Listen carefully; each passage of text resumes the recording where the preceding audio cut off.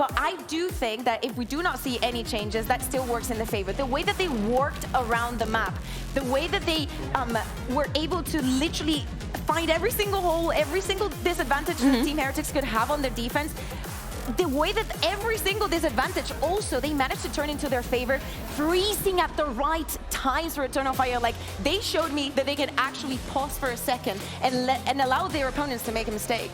I think this time around it's going to be a lot closer of an affair. I don't expect Eternal Fire to destroy Heretics on this map like last time. Heretics have had reps since and looked very strong on this map. I think that this one is just going to be an explosive game of double duelist, like we see on Lotus quite a lot nowadays. And it's going to come down to who gets that momentum early, in my opinion. Yeah, we're seeing the Vice here for Benji, which we've seen before on the side of Heretics, but his Cypher really stood out last week against Fnatic. Would you prefer the Cypher here, or do you think that the Vice, if played correctly, could bring the value that it I think is Cypher is a terrible pick on this map. Okay. I also don't love the compositions with either team, to be frank. I like Viper and I like the Zen team. But the double duelist is just all about firepower, and I believe that Eternal Fire right now, their double duelist combo is doing a little bit more. You know, I think that especially from the defense, Team Heretics was struggling a lot against Eternal Fire to have the initial brawl, especially over at Rubble, to go their way. Because Eternal Fire is a team that will shoot back, and they will be ready to take on those duels. But, Mini, I was showing you before going into this some of the crazy pieces the Team Heretics have curated now on the map, and how they take everything to the next level with this composition. Only one ticket left to Masters London. Two teams that are hungry for the chance to represent our region at a global. And 3 maps to crown the victor. Heretics versus Eternal Fire starts now with our casters, Pansy and Hypoc. Yeah, we will be taking you through this one. As rightly said, it is the last ticket aboard the train to London. Now, we could spend a lifetime talking about momentum and big pressure games, especially when it comes to Heretics. But Mike, let's get into the tangibles here. Which side do you really stand on when you look at this? This truly is a tough one to call. I think, I agree. Given the recent series that we've seen, and Heretics obviously getting back into a position where people are believing them, honestly. Again, that previous series for me stands out in terms of the bigger picture for Heretics. But on the other side, it's a team that just refuses to die. They don't give up. They don't care. They literally come in like a honey badger to every single series. And again, one of these two will be joining us in Masters London. You can as well, obviously, get yourselves over towards it. It's going to be a heater. It feels like anyone's tournament, and these two are going to have to prove how badly they want it. As said, on one side with Eternal Fire, it feels almost carefree. They set the bar of how bad do you want this. Heretics, look, we've been on board with this resurgence of form. We've liked what they've done. They've shown great looks here. But big pressure games have been a problem with them in the past. Yeah, and I think as well, the other part of that equation is the consistency, right? You see these kind of peaks and troughs with Heretics, and ultimately you look for like a couple of series to really bank on that sort of belief here, as Benji almost identified here. Fabian, very curious to get onto that angle. Koshmaris here, planting the seed of doubt over towards C. It's drawn a couple of players in rotation here, but the Boombot catching elsewhere might be a little bit misleading for Fabian. Oh, if anything, but Heretics actually reading into that now. I guess it's how the chips fall at this point, because it felt like they had almost the right step towards A. It is a longer approach, but... Still Nicky and Echo here, though. Yeah, sitting super passive, so kind of expecting to give up that front sight to a degree. I don't think they can punish too much on the way through. But Echo, you know that guy's chomping at the bit. This guy is... The guy is a freak. Yeah, hyper-aggressive, hyper-talented. So for Heretics, you've got to be on the money today. There is no chance to miss or make mistakes, as Echo already gets the account started. Great work on the site in reaction. A 2-for-1 trade out, but the plant's not down. There's still stall here. 10 seconds they need to stabilize. Heretics have the numbers, but there's still a problem. That could have been Fabian. It's not to be this round, leaving Audaz in really a formality. Lovely, lovely stuff from Heretics. Able to slow this down, where Eternal Fire are just desperate to get a kill or two just to remove numbers. Make that plant a little more uncomfortable. Even here at the end, Audaz just desperately trying to get onto the angle. Koshmaris able to cause real issues here, tucked inside the smoke. It looks as if Eternal Fire had initially a bit of a win with Echo going on a wild swing. Back onto the side, finding the first, but unfortunately Gets shut down immediately. And someone who I can't keep my eyes off, you saw it kind of at the end of the replay there, it's Rien's. It's been one of those brilliant upswings of form from him. We already know the potential. This guy kind of... Oh, well, I mean, it's, yeah, goes without saying. Yeah. The guy is world class. Yeah, truly. And it kind of filled that position in my head of almost that Leo, right? Everyone looking for that next player who'd fill that sort of role, and I don't think you could even say he maybe reaches the heights of it at times, but he is certainly making a case at the moment. So if he keeps that level up today, this could be a wonderful one to watch. But on the other side, these boys can shoot back. I think we've all learned that the hard way. The way they play is kind of the sign of the times almost, it feels like here, as this should be an easier round. The stack was on C. You can see the Heretics have opted to go towards the A side, and Benji should have a fire underneath him. We don't have many representatives joining us in London, locally at least. So for him, this could mean a little bit more. Really going to have a way back into sight here. Again, flag has been planted by Heretics. And there's no real value in even going for some kills here. So probably just going to look for a couple of players to give it up to the spike at least. The only outlier to that, potentially Fabian. Benji here going to have some company on this angle. Removed immediately. And it's only the pistol in hand for Benji. A couple of these weapons now. He's got to be conscious that they're stacked up. One enemy remaining. Okay, Wu's just going to farm everything. Wait, have we got a day with Wu actually being mentally good? He's had a really good start. I don't want to call it yet. How close to his ult is he actually? He's 2 off showstopper now. Okay. A huge tool to have here in round 3. Izzy actually already busting out the operator. And some crucial kills here for Wu to line up at the end of the round, where it looks as if Fire were going to be able to mitigate that progress early on. But eyes towards Izzy now for me. He's been electric on the operator. Certainly an opportunity here to prevent Heretics from finding a bonus conversion. Okay, just like that, the C site will fall. I guess that sends a message, right? We're willing to brawl out with you. We'll take early fights, we'll clear it. And it's not going to really humble Eternal Fire. We know what these guys are like. They'll keep going back at this until it works. But as it stands, that is a really good look from Heretics to be able to handle that sort of start. Yeah, I mean, round is done. Operator in hand here. It doesn't feel feasible to really make an attempt at this. So it's already a save consideration here for Eternal Fire. Fabian will be revealed, at least make Heretics believe there's still some close presence, but look at the minimap here. Everybody else has given up. It will be a flawless conversion of the bonus nonetheless. Like I said, decided in the opening 5 seconds. They're hitting today. They are hitting today. This could be a really good series. Need to see Eternal Fire get started here, though, but I don't really doubt them in that regard, even if it is a quiet beginning. I think they've very much got the capability to get some stability underneath themselves. So you think back to the success that Heretics found previously. It's so clean from Koshmaras as well. The adjustment here. And this is the first round again. Eternal Fire have got weapons. They're looking to posture up a little bit outside of C, and it's immediately extinguished. Yeah, got to see Izzy find impact this round, really, if they want to have a real opportunity. Very late in the day, timeout called yeah, here. Mate, even I paused there for a second. I'm like, hold on. It can't be coming this early. Maybe but, just something early in terms of the comms here that I think coaching staff want to get ahead of. Obviously, lots at stake for both teams, but for very different reasons, obviously. I think you're right as well. If this round's really where Izzy's not going to be able to have a chance to even find contact early on. Talk about the operator becoming a poison chalice. Yeah. It's going to be round out here with Sheriff, so there's certainly still threat with rifles in hand for Fabian Neki. Obviously, Heretics now up to a full buy. Wu already on a showstopper. Benji, Koshmaras, and Rien's all both past halfway. Feels like something categorically had to change here. Maybe just the expectation with Heretics, potentially, or just something going really, really off if it's this early. You know what I mean? This isn't like, I think, a long-term issue. It's got to be a game plan sort of approach.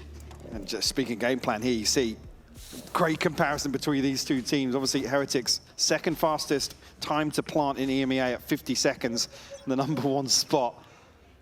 47 seconds for Eternal Fire, so Truly a clash of speed here, and Ordaz remove the head of Koshmaras. It's a fine balance, right, between that aggression and Yeah, a little bit yeah. far beyond, and I think going that hell for leather when you don't know the full buy is a bit deadly. However, what's the next step up here? Ordaz played in again! This is dangerous. A 3v2, numbers up for Eternal Fire, and I think Heretics with a misread on this. Again, certainly you can sacrifice Koshmaras in this sort of situation if you can scale up off the showstopper, but I believe Wu just caught in a vertical satchel there in the choke point. Not able to really create any space for that second wave of Heretics to flood onto the site. Now just Boo and Rienz have to try and recover, and the sort of round that really is always a possibility for Eternal Fire. Bring them down. In here, maybe remove the operator, but Izzy's outside B right now, and it looks as if Rienz and Boo have just cut sound and wanted to re-clear back into the C site. Yeah, a couple more seconds on the Haunt going up. Fabian's got a nice little spot here. Does he catch anyone? No.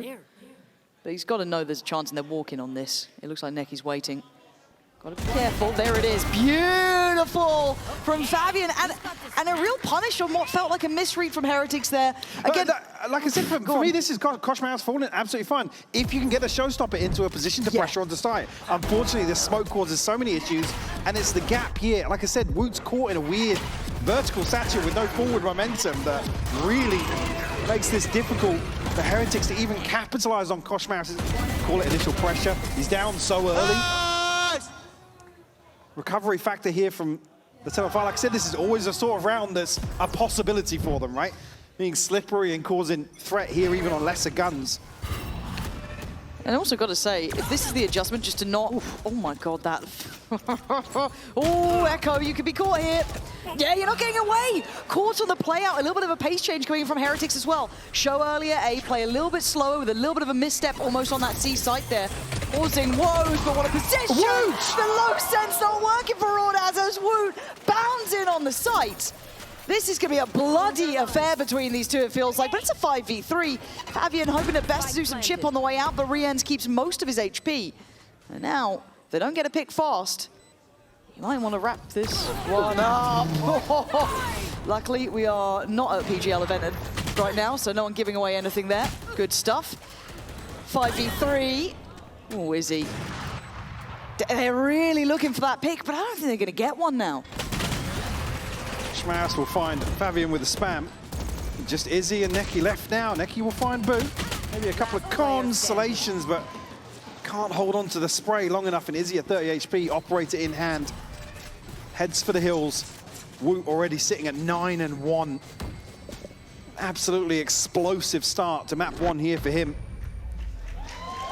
And initially you hear that feign of presence or heavier presence outside A. And Echo goes forward to kind of put a contingency trip much deeper than you'd really expect ever to see a Cypher Well, the first 15-20 seconds of a round. Are they just reading it's an all-in off the back of the presence on the other side, on that like A site hit, I guess, or like the look that Izzy got on one player? Well, it being Koshmaras, right? Yeah. So it's Wherever Kosh is, the rest a of the knee-jerk reaction for sure, but Echo just caught way out of the line. He has no business. Then gets caught, unfortunately, trying to cage off, cut some sight lines to retreat. Again, around that, in terms of conditioning here, we're going to keep Eternal Fire on red alert. Heretics, but Speaking of having... they're so well on. Oh my god. Until then, Necky's answered back really well, kept this at least competitive. But site control is going to be gathered by Heretics. Still 3v3 here. Fabian might be able to do some damage here. Showstopper invested on top of that. Does land. Nice follow-up, potential. It's all on Rienz. Not got it. Beautiful work from Eternal Fire. Rounds are already getting pacier. We're only in round 6. Both teams happy to go blow for blow here. Again, that initial pop, you can see Izzy's just completely behind this. Like, he's just caught so off guard. God. 2 crucial kills from Necky as well, just to trim the fat. Without that, I don't think they'd have had as much. Considering obviously still that operator a consideration in terms of the retake. You see it, a second round found. Ultimates just on the brink here for Eternal Fire. I mean, Ordaz and Echo will have theirs. Neki just missing one. Obviously seen a little investment previously. But what's the consideration for these early rounds? Oh, this re-hit. It's read really well by Heretics. The space gathering attempt. Fabian is really digging deep on this. But it's they commit so much, so many bodies to find just another kill. And it feels like Heretics have got a good mentality about this, or at least a good understanding this could be what Eternal Fire want to be doing. We saw in that previous round kind of catching, I guess it was like Izzy, not in no man's land necessarily, but very kind of checked. Yeah. There was no chance he was getting out of that apart from maybe a 1-for-1 at best. And even here, kind of that expectation of the refight over towards the broken wall. And the C site, there's still going to be a bit of a fight here. Kosh Maras is going to be able to gather a good deal of space. All going to just force them further back. Did catch one as well. Still a question mark on the second here, but they are stacked up. Echo and Ordaz. 2v3 presented. Echo's finds damage on the first here, but Benji has responded. Nice from Benji. Will clean things up. Number 5 on the board, Heretics not shying away from this pace, this tempo that's already been set. And it feels like a fundamentals check at times, playing against Eternal Fire like this. The trades, you've got to be so ready for these re-clears, these re-hits. There is no real rest for the Wicked. Look how many bodies Eternal Fire are happy to just sacrifice in terms of desperately looking for a trade out on this early round aggression. Well, you didn't say it. You nearly said it. I'll take him being fired up about this, because you have to be. I can't reiterate enough how much, once that ball is rolling with EF, it's really hard to stop it. If they get their ducks in a row, you are on the receiving end, and it hurts. They have been the absolute reapers in the lower bracket. They have been the downfall of bigger boys than this. So for Heretics, they've got to stay on, and here comes that slow re-clear, but look at Heretics again, prepared. The prep work is good today. They are very much considering what the look would be. And I guess the depth gets, I guess, checked a bit for Eternal Fire in this. A slower round now for them to consider. Obviously don't have the weapons that I think it's right for Heretics to probably take their time. Don't want to give away any opportunity to have a say in this one. Neki in a ton of damage there, just off a couple of bullets. Down to just 29 HP. Heretics will reconsider their approach. A chance to overwhelm Echo once more. Rotation already in effect here. Fabian making his way towards the C site, and Heretics almost. Spidey sense tingling. Now headed back towards A. This Prowler is just going to cause real issues in terms of the information game for Eternal Fire, because they're stacked as 4 over here now. I'm quite impressed by Heretics so far, and that feels weird for me to say, because I've been critical of them in the past. I think a lot of us have, because we've seen the potential and the outcome, but this is very nicely handled so far. Now it could get dangerous in this post plant, but by all rights, you'd imagine this is going to be a 6-2 scoreline. Yeah, Wu finds another kill, and he does. Yeah, showstopper available now for the next round. Heretics just go from strength to strength. Stopped here at the front door here towards Heaven. Riens and Benji will both find kills. Neki, 29 HP. Shut down here and in zone flawless for Heretics to find number 6. And it's feeling like they have absolutely the right approach. They have to really squash out, stamp out any sort of aggression early on. And I think they've already ticked that box for me. Eternal Fire up against the ropes in terms of the economy. These rounds become harder and harder to justify. And you can see the desperation in some of these situations where Eternal Fire are like, cool, yeah, they're willing to brawl, but they're not winning them. No, which is a rarity, right? This is why I'm kind of seeing it as a depth check. If they can actually find some layers beyond this, what are the next looks if someone's actually prepared in these deeper defaults? Looks like a 3-1 to go for and a site change for Echo, but he's got a whole lot of troubles coming his way. Woot's got that ult. Blind Send doesn't... Oh my god, look at Echo, 5 HP, man. That Boombot's a threat. But luckily the man sharp as ever, still gonna get 2 on 5 HP. It's a 4v3. Riens, Benji, and Boots try and put it together on the site, but the cavalry's arrived. They slowed things down now. Spike hasn't been planted. Everyone getting involved here. Benji's still standing. Benji, get your gun out, mate. Oh! My God! Benji, you do this one. It would be wild. What a try, what a shot, but Izzy shuts it down. Eternal Fire still in the fight. That was a filthy shot, Mate. from Benji. I'm already seeing the edits. I'm already seeing the clips. Whoa. And the ult goes out, unfortunately, the best counter to it. It just gets caught a little off guard there. Last player standing. Have the spike. Absolutely beautiful stuff. Remaining. Oh, I felt it. Yeah. Okay, 3-6. Look what it takes to find a round, though. Yeah. For Eternal Fire. Well, that's going to help. We're kind of exploiting the same line as he used last time when they maybe expected some aggression, but Kosh Moras has actually bailed them out really well here. Removes the player, posts up towards the box, sends them back a little bit deeper. Now, how willing are Heretics to dig further? Surely not. You slow it down now. Looking to maybe early pivot. Neki going to be in a position here, but Rian shuts that down. It's another advantage here. Izzy still trying to find an angle with the operator, but unsuccessful on the second attempt. You still wanted to go for that? Do they have anything to clear it? Have you got 25 seconds till your horn's back? You can't force Izzy off this. They still want to make sure that no one's snuck out in the meantime. Oh, and Izzy's tempted. But in a 4v3, if you're Heretics, you're just going to pause, see if anyone overplays, overpushes. But that's the thing. Eternal Fire haven't been going forward in this downtime. They have been remaining fairly disciplined in terms of maintaining map control. Nobody's really been flanking all that much. I mean, they haven't had the numbers to do so. No. Here at least disadvantage. Echo, again, kind of stuck in a position to make use of the judge that he has in hand. Izzy. Oh, again! Absolute moments from this man, 2 already in the round, maybe eyeing up a third. Have to invest the Prowler, have to desperately try and force him away. But they suffer a casualty en route, so it is going to be a 3v3 in the post now. Guardian there, but they at least have the flank position for Echo, so they are cornered!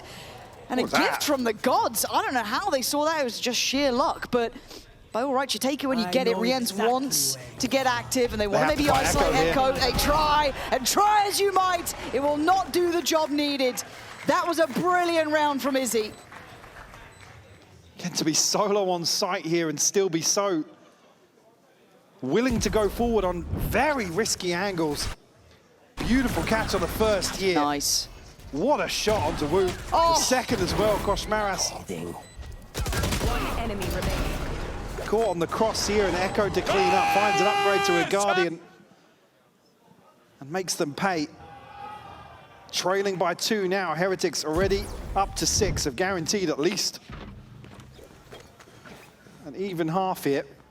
Only have Rien's ultimate. Everything else invested on the side of Heretics, but Eternal Fire on the brink of another showstopper. You know, curious really if after a few wins now, Eternal Fire do start exploring the map or... Oh, dude, this is a treat, man. So many players on point today. I'm gonna lose my mind during this. Every single shot is just frag movie worthy. Boo, Woo, and Kosh Moras gonna have to figure this one out. And that spike is an issue right now. Not necessarily noted just yet, but they need something. Well, they need to find something on the map. You see here, Woot and Kosh Moras looking to push further forwards towards C site, but Ordaz stacked up here. Alongside Fabian. Smoke to go up, but it's actually behind them. Oh, it's so well positioned. Maybe just an expectation on that smoke. Again, whatever it may be, beautifully, beautifully handled. What an absolute stunner of a round. Yeah, that's almost indicative of them going forwards to wrap towards B. And why wouldn't you smoke a little deeper there and allow safe passage in towards spawn side here, but Boot, 1v5. I don't think he's going to make a good go of this, and Eternal Fire want to take the initiative here in trash time. 10 seconds left. Cover going out. At least one here for Boot. Oh. I think he's going to find many more. Fabian to clean up here, a third. Showstopper in hand now. And an opportunity to actually tie things up here on the half. Which is crazy considering. Just look at the mechanical talent on some of these players in the server, man. The thing is, like, I doubt it being intentional, but we've seen it so often with these players as well. This whole map so far has just been gunners after gunners. Everyone's a shooter here. Absolutely wild stuff. 3 in succession, though, for Eternal Fire, which is massive, right? As you said, scoreline-wise, didn't expect to be sitting at a 5-6, but that's where we're at. Trying to maybe imply this A approach is coming.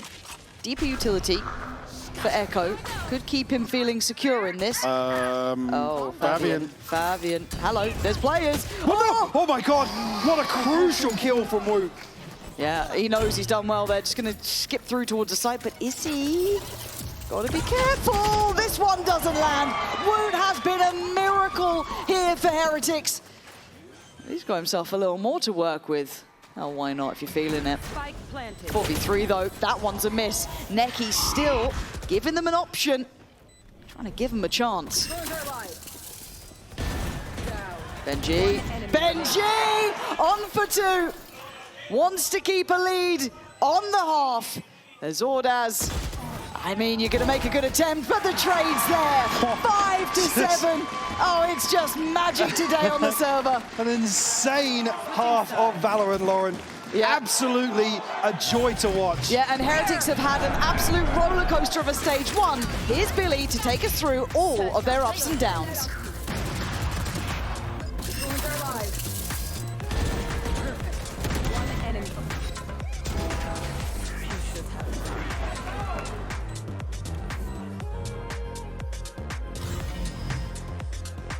Form isn't built in a single match. Sometimes it takes falling behind to understand how far you can really go. And that's the case for Team Heretics, because this stage did not start the way that they wanted it to. Their first 2 matches resulted in 2 losses, and questions started forming, doubt started creeping in. The coaching staff made the call. Comeback steps out of the starting 5, and Koshmaris steps in. A shift in the system, a more settled identity. From then onwards, the group stage changed for Heretics. Somehow, they turned it around. They made it to playoffs. But in that opening game against Eternal Fire, we were reminded that nothing is guaranteed. The run to London would now need to happen from a lower bracket grind. Which brings us to today, a rematch. An opportunity for Heretics to not only get revenge on Eternal Fire for sending them here in the first place, but to guarantee yet another global appearance. The fans certainly haven't forgotten that 2024 Heretics, who is yet to reach that high once again. We've seen the adjustment, momentum, and resilience, yet no regional trophies to their name. Can they do it this time? Can they complete the lower bracket run and make it to London? And I think that's the question most of us now have. 5-7 on the score, Mike. This felt like a very competitive half. Just still blown away. I mean, again, if you'd have just roll your minds back a couple of weeks and think if you could see Heretics going toe-to-toe with it, any team at this sort of tempo and this sort of aggression, I would say this is the sort of thing that Heretics would crumble under. Oh, but they are 100% maintaining control of this map so far. Yes, a little resurgence here for Eternal Fire. The back end of that half, but still for me, Heretics on top here in the opening of the series. Well, it's one thing to deal with them on defense, it's another on the attack. Eternal Fire now get to set the tempo and pace, and you already saw in the stats, it's pretty quick. Yeah. So already you can see the intention from Heretics. C's ready, paint shell in hand. Does Izzy get to live? There's the C's, does get out from it. Great check on the back of it as well there. So they don't overinvest into that trap. Echo, I'm probably curious to find some sort of contact here towards A. Rotation coming through for Heretics. Boo be under a bit of pressure towards C. Doesn't have anybody in support here just yet. No, Boo's in a lot of trouble. I think he's got to decide to slip Actually, back CT. Peeling away from this though. And he's not fallen back. And he's only seeing Izzy here. Does he call for full rotation? I don't think so, no. He's just called that he's out, and Benji's now going back towards A. Benji's still got some stall of utility here, but this is a lot to ask. That's 4 players really close by. The paranoia is connected as well. He knows they're close, and there's nothing he can do about it. Eternal Fire, crack open the site. Plant should be next, and a 5v3. Oh, that's clean. That's not bad from Rienz either. 3v3, where's the additional body? It's Boo making it over. Ordaz, though, stamps authority on the round, leaving just Boo, the man who got that first part of contact, to try and handle what remains. Here in a 1v3, classic in hand. He falls short here at the first hurdle, and Echo will post the final kill here for a pistol round in the second half. Chance here to tie things up. Again, almost a situation where, I mean, Benji actually gets support at the right time, which is crazy to consider, but see Koshmaras able to rotate so quickly, but strength in numbers for Eternal Fire. Gets them a win here.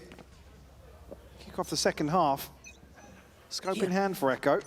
And a frugal purchase. Koshmaras actually investing a bucky here. Echo nearly catches a glimpse.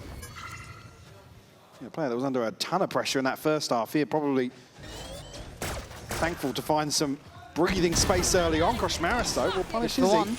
Nice time on the smoke guard. Oh, he can't get the... Oh, did he? He actually got the upgrade from that. Okay, not bad from him. Sticky fingers in there. Yeah, causing a pivot and a good follow-up. Heretics very well positioned on this. Still a rifle. What is going on? 2v3. This is still possible, and they might want to take the full tour. Look at Boo's position. Look at this. If Favian makes a step, we'll get the confirmation. But Boo can check side pretty easy. The others can then speed up on rotate, but they're going to hear it now. Favian watching and waiting. Oh my God, still takes a lot of damage. Down to 24. This is where it gets scary, isn't it? Benji given over the rifle here. Koshmaras still on the bucky. Deeper position for Favian, though. Maybe expecting a rotate, but giving up full sight here. Curious, but you want to maybe run down the clock as much as they can, force Heretics to explore some of these deeper positions. Go, go, go. Bait in, though. If they can get control of both of these angles. Yeah, the paranoia from Heretics is all the thing that's slowing them down. Eternal Fire was so far off the side, but obviously Heretics didn't know that. Made something out of nothing, but by the end of it, it feels like time is gone. A lovely attempt. Great damage, though. Nevertheless, you are right. Bigger picture, very good damage. Necky's going to try and get behind this to find... Yeah, he will actually at least maintain the more expensive purchases. What a grab here from Koshmaras, by the way. I don't know how. Mental for him to find the rifle there. The timing on this reveal as well. It's inside the cage and then just before it drops. Unfortunately, pretty difficult to capitalize off that. No! Very close affair, but a second converted. Again, the round 3 purchase will suffer as a result. Cage trigger. It's only Favian and Izzy here, fully equipped.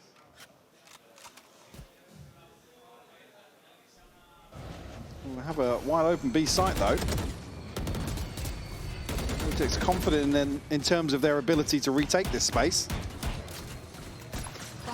Yeah, Ordaz not giving too much away. It's Favian and Izzy, as you highlighted. The heavy hitters here need to be in this one. Prowler gonna go through, catches the stun but gets away. Forced back towards site a little bit deeper. Looking to refight towards that CT approach. Already gonna get contact. Favian's gonna get Boo down. This is where it gets sketchy. Gonna find Izzy, but Ordaz even gonna find Koshmaras. This is getting a bit more dangerous, but kept in check. Unless Necky can go 1v3. The HP's not perfect. And they answer back. There's not gonna be any clean rounds here, is there? No. There's only 2 rifles maintained here, but Woot just one. Actually, we'll get off the defuse, sorry. I have his ultimate now.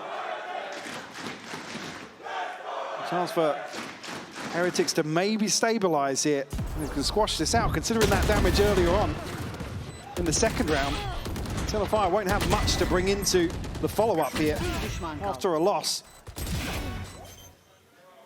Them do have a showstopper of their own. Necky already with the ultimate, beating Rienz out by 2 points here in the opening 3.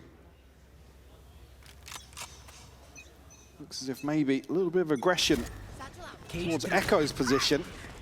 Showstopper popped here. Fabian, no secrets about this on the way in. The wall will reveal their intentions. Fabian looking to slow things down now.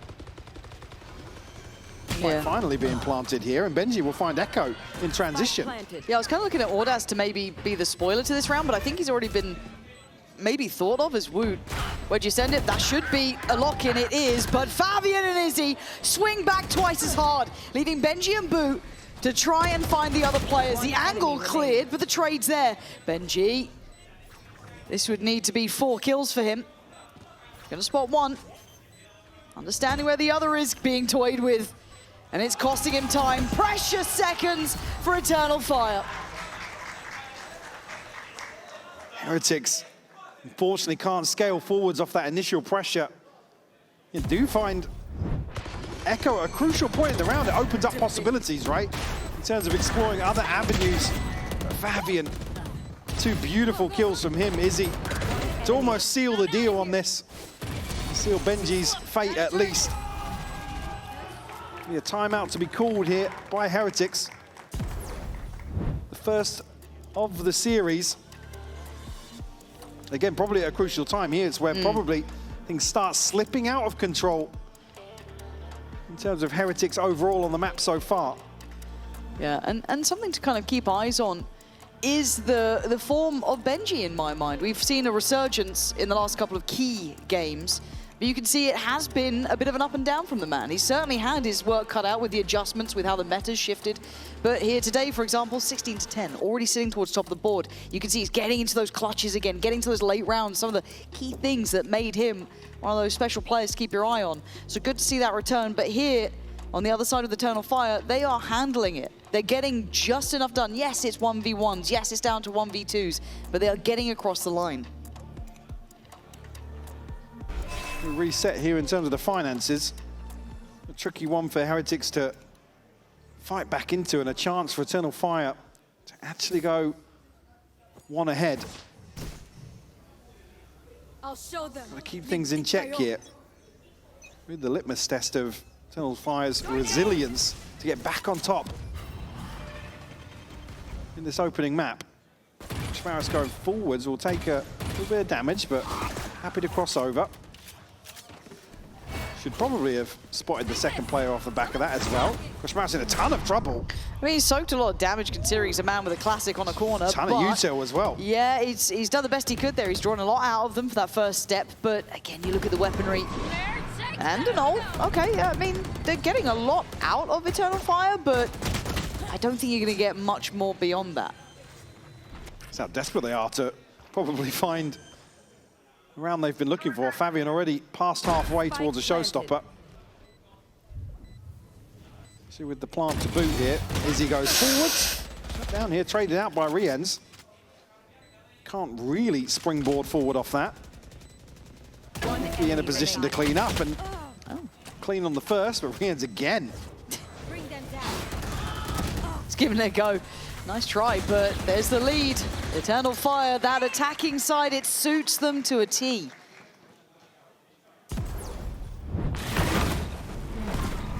And it's, this kind of plays into just how firmly they believe in playing advantages and being able to capitalize on, as I said previously, strength in numbers. And still, not much of a purchase on the side of Heretics, so it was a little awkward to see that level of investment, especially with the ultimate from Neki as well, but round by round, they've got themselves one to the good. Shadows. I said Fabian now with that final kill, just 2 away from a showstopper. Ward has a little bit of info off the TP as well. I've noted that it was the operator with Koshmaras too there, but pivoting into B, might walk right into the rotations, if anything. There's a lovely ult to go with, but Izzy still wins. Takes away Woot, and the B side looks like it's theirs. Ults on ults now. Benji letting his go, but do they get to fight back in on this? No, they're pausing. Biding their time. And Heretics don't really get the fight they want after that. Clear and Seer going to be good initially, but Echo and Izzy both find kills. Now a 3v2. Echo clinging to life at 10 HP. But he's so deep, he's so hard to clear at this point, right? Actually getting a bit closer. Benji, surely tempted, but the double stack, really hard to break. Smoke goes in, trying to batten down the hatches. Ordaz and Neki, the ones probably deliver the outcome here, and it looks like it is. Boo, nothing to be done. And it felt like a bit of mistiming from Heretics with the ult usage. Couldn't quite get the most of it. Yeah, they're looking to find maybe one or two players here to pressure on site, but great disconnect from Eternal Fire. I mean, Izzy initially Kind of way ahead of the curve, yeah. As I said, it's Echo and Izzy to really find the crucial kills. Brings it to a 5-1 scoreline in the second half here, and Eternal Fire up to double digits. Heretics sent back to the Stone Ages in terms of the economy. Just pistols to bring in here. Koshmaris maybe a chance to see the ultimate, but we'll need a kill. Okay, contact made there. You see Fabian relaying a lot of information off the back of that directed approach. Izzy has an op, by the way. And he's just first man in. Charging forwards. When you talk about no fear, this is the team for it, right? You can say that about Foot to an extent. Eternal Fire are exactly the same. Cut from the same cloth, but Benji with a beautiful double. And anyone else joining? Koshmaris pops the ult. They're going for this one. Oh, they've actually gone across the line. Benji with a bailout. What was that from Benji?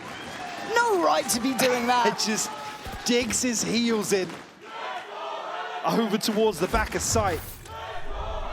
You see here, the first time really, you can be a little critical in terms of the spacing. Neki, I think he probably has him dead to rights. Like I said, Koshmaris looking for just the one kill to find the ult, and it's enough of a distraction.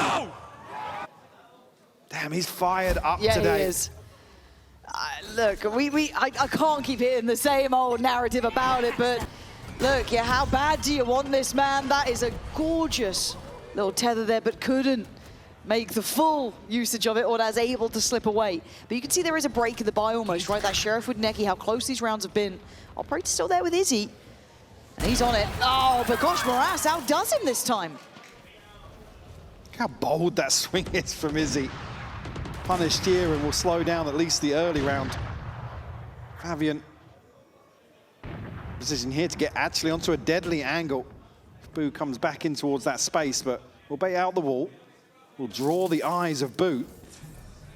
Woot's got to be careful now. Echo breathing down his neck. Timing, timing. It's there for Echo. Ult on top as well. Look at where Fabian is. He's running rings around in defender's spawn. How's he here? Ton of information off the neural theft as well.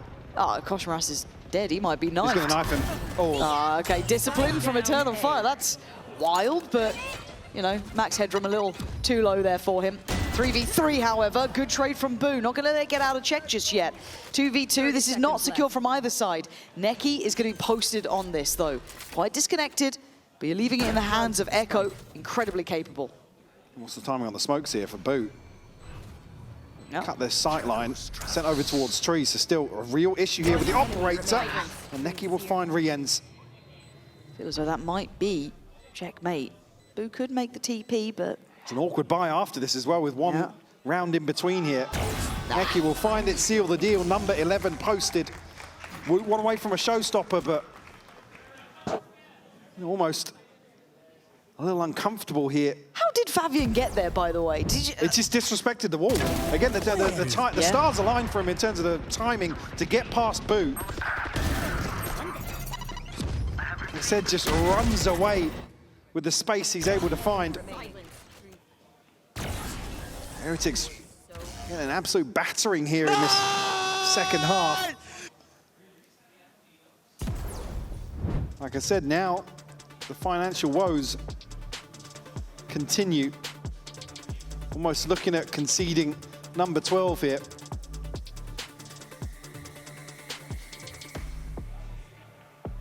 I'm seeing something bold. Oh, yes. Here.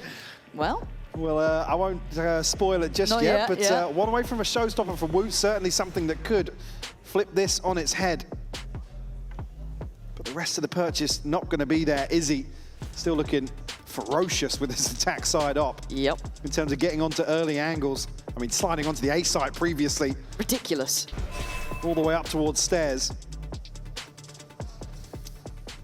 And there's the elephant in the room. Gosh, Maras. I mean, he's in the right place. You got to get at least two. At least two. I mean, yeah, you at least two. Definitely need two here. Again, you go forwards. What's the chance of holding on to it? Yeah, ooh, very low. Very low. Okay. How are we dealing with this then? Nice of Prius to join us for a little while there. It's on the switch. There. On the other side, Izzy starting to work as well. So a fight on two fronts to be had. And that Prowler's gotten close.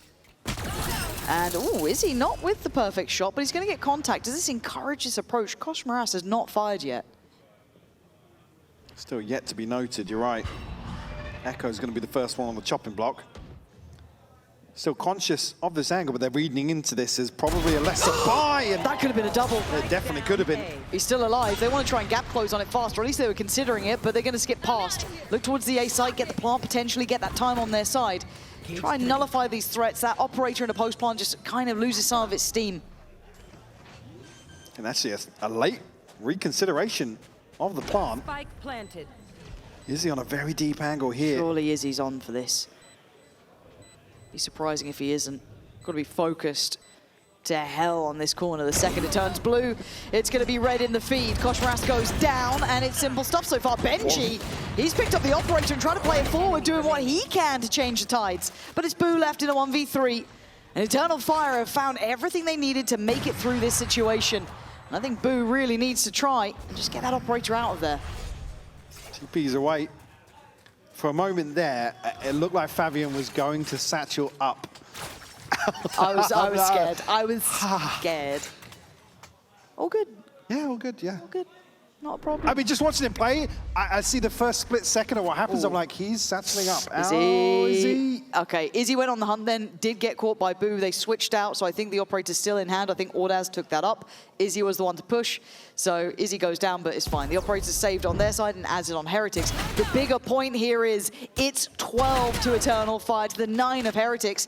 This is the round they had to have been prepped for. This is the one for the timeout. This is the one with the ults. Or it's Eternal Fire with that first map in the back pocket. Enemy. Certainly advantage here in terms of the ultimates for Heretics. You can see Benji, Boo, Woo, all available. It's only Neckies available at hand here at the start of round 22. Things have certainly slowed down a little bit. Rien's has to deal with a reveal here. Will be tested. Caught in the stun, but the get out here. But no chance to capitalize on it. That looked good. And now Boo looks dead. He is. Bailing out his teammate. Here is his demise. But he's bought time for the rotation. I don't know if that's enough of a silver lining. I think now Eternal Fire have no reason to really fully commit behind this. Maybe waiting for an exploration. Ooh. Here is he. Caught off guard a little bit. Woo. We'll find two, but sights open. This could be the first nail in the coffin here in this map. Kosh Maras, operator there, going to have to try and use that on the retake. Benji coming in, does have the ult though. We talked about this man, he is fired up today, he wants this. But Eternal Fire hunting. They can sense the blood in the water. And they have no mercy. Kosh Maras just trying to play his life. Clears one, spots the second, very diligent. Fabian now on the chopping block. Ult goes in, this should be game on. Forced forward, it's lovely problem solving, but Benji doesn't check deep enough in the corner! Still alive! Heretics not done just yet. Right down to the wire. Benji brought to 14 HP. They're able to find number 10. Just insane round. Woo. 2 beautiful kills for him. Trades come through really fast, but unfortunately, Eternal Fire fall at the final hurdle.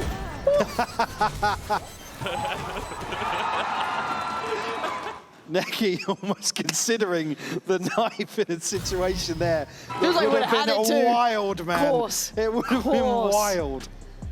Well, speaking of all of what happened then, we did see Benji's ult go through, which was kind of key to the outcome, right? Oh, definitely, yeah. You still got Woot with his, still got Boo with his. 1 away from Koshmaras, 2 away from Rienz. So they're very much on the cusp.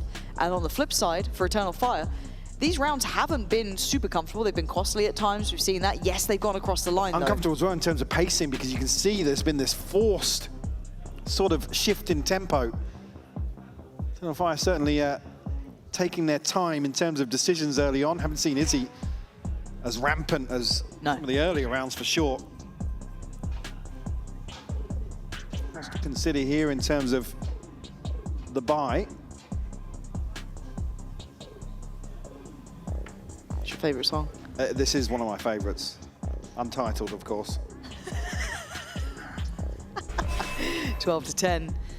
Yeah, buys can be broken, but it's Eternal Fire. It doesn't really matter. These guys can convert these sort of rounds. It's not like the judge hasn't been... I don't look at the buy half the time. Yeah, It's just, roll the dice, see if they have it. Is he 1 away from ult? Yeah. You never know. The boo op. Bop. Boop. All right, Izzy. Pacey start, trying to keep it concealed, at least. Yeah, he's hard anchoring towards C with it as well. Is Izzy here going to try and maybe create a little bit of pressure? Woot. A wild get him. swing. Echo down to 31, but won't be shut down, and Benji removes Izzy. Okay, but how's Echo the one on 31 HP opening up the C site? And that's a grab of a gun. I think it is at least. Echo, did you get it? that? I don't think he did.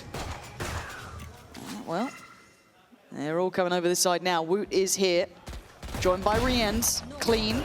Good stuff from Rienz. There it is. Okay, they make it through the first storm.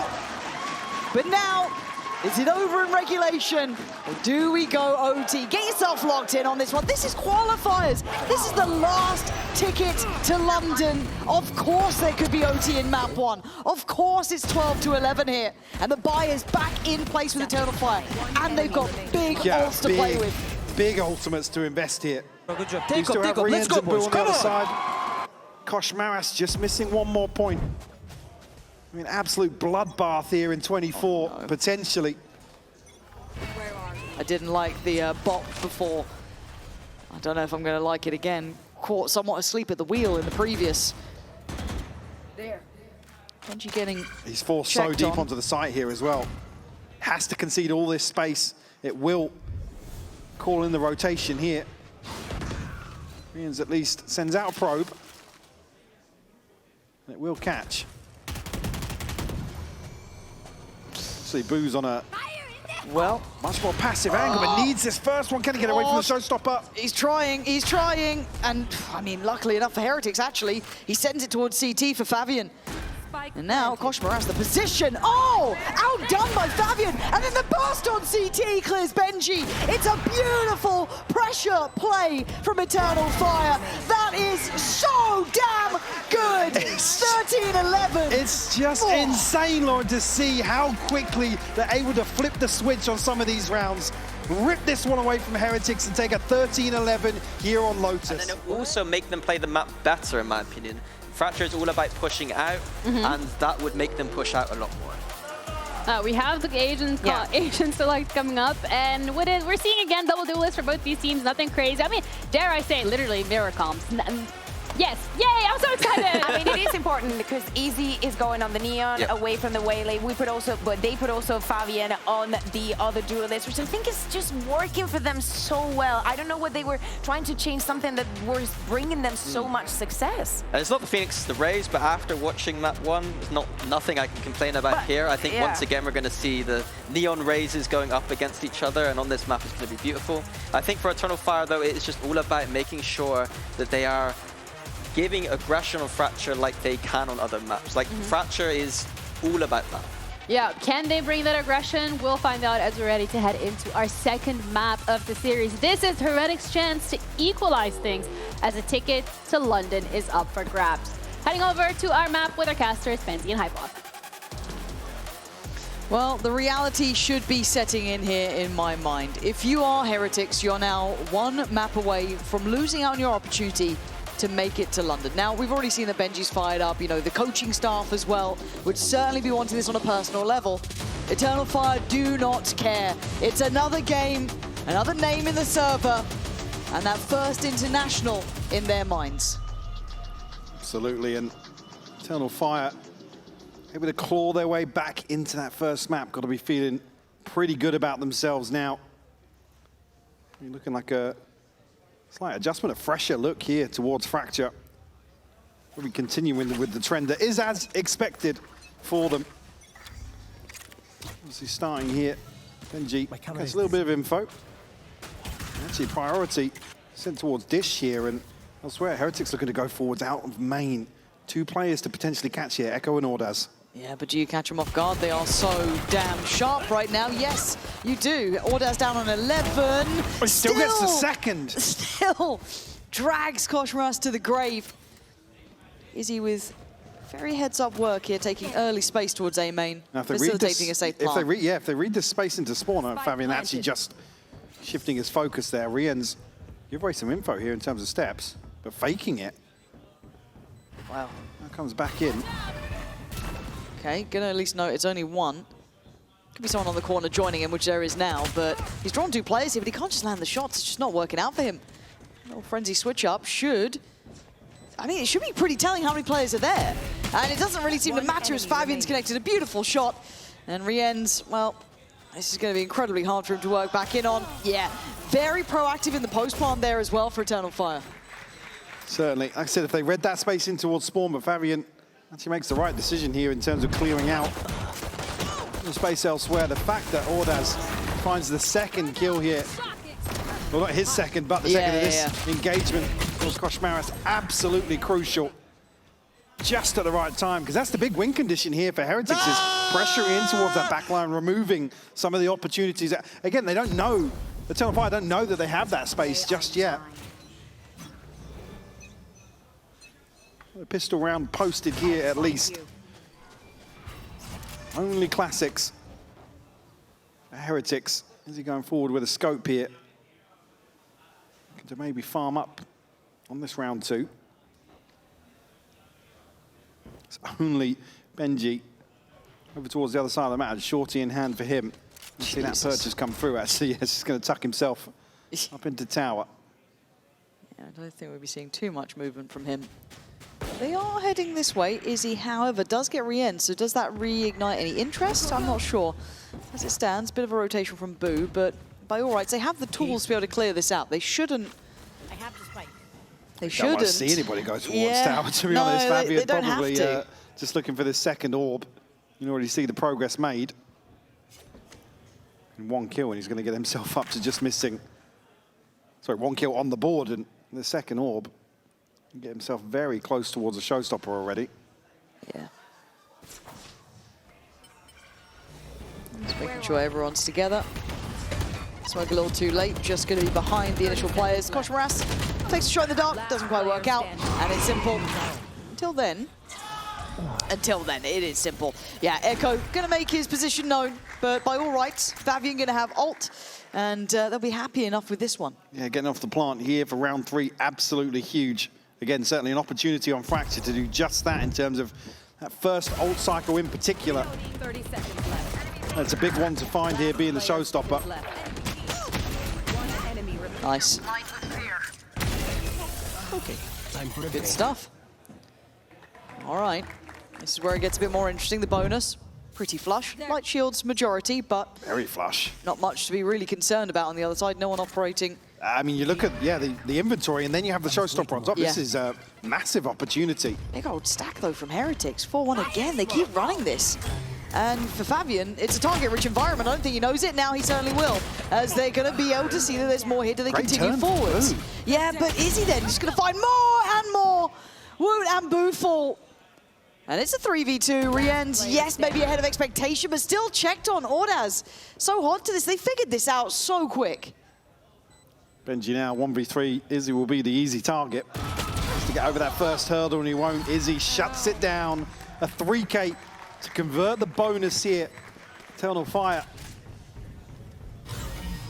Like I said, carrying that momentum across from a great comeback, a resurgence in that first map for sure. Like Heretics, absolutely the ones in control. Heretics yet to get off the starting block here on their own pick.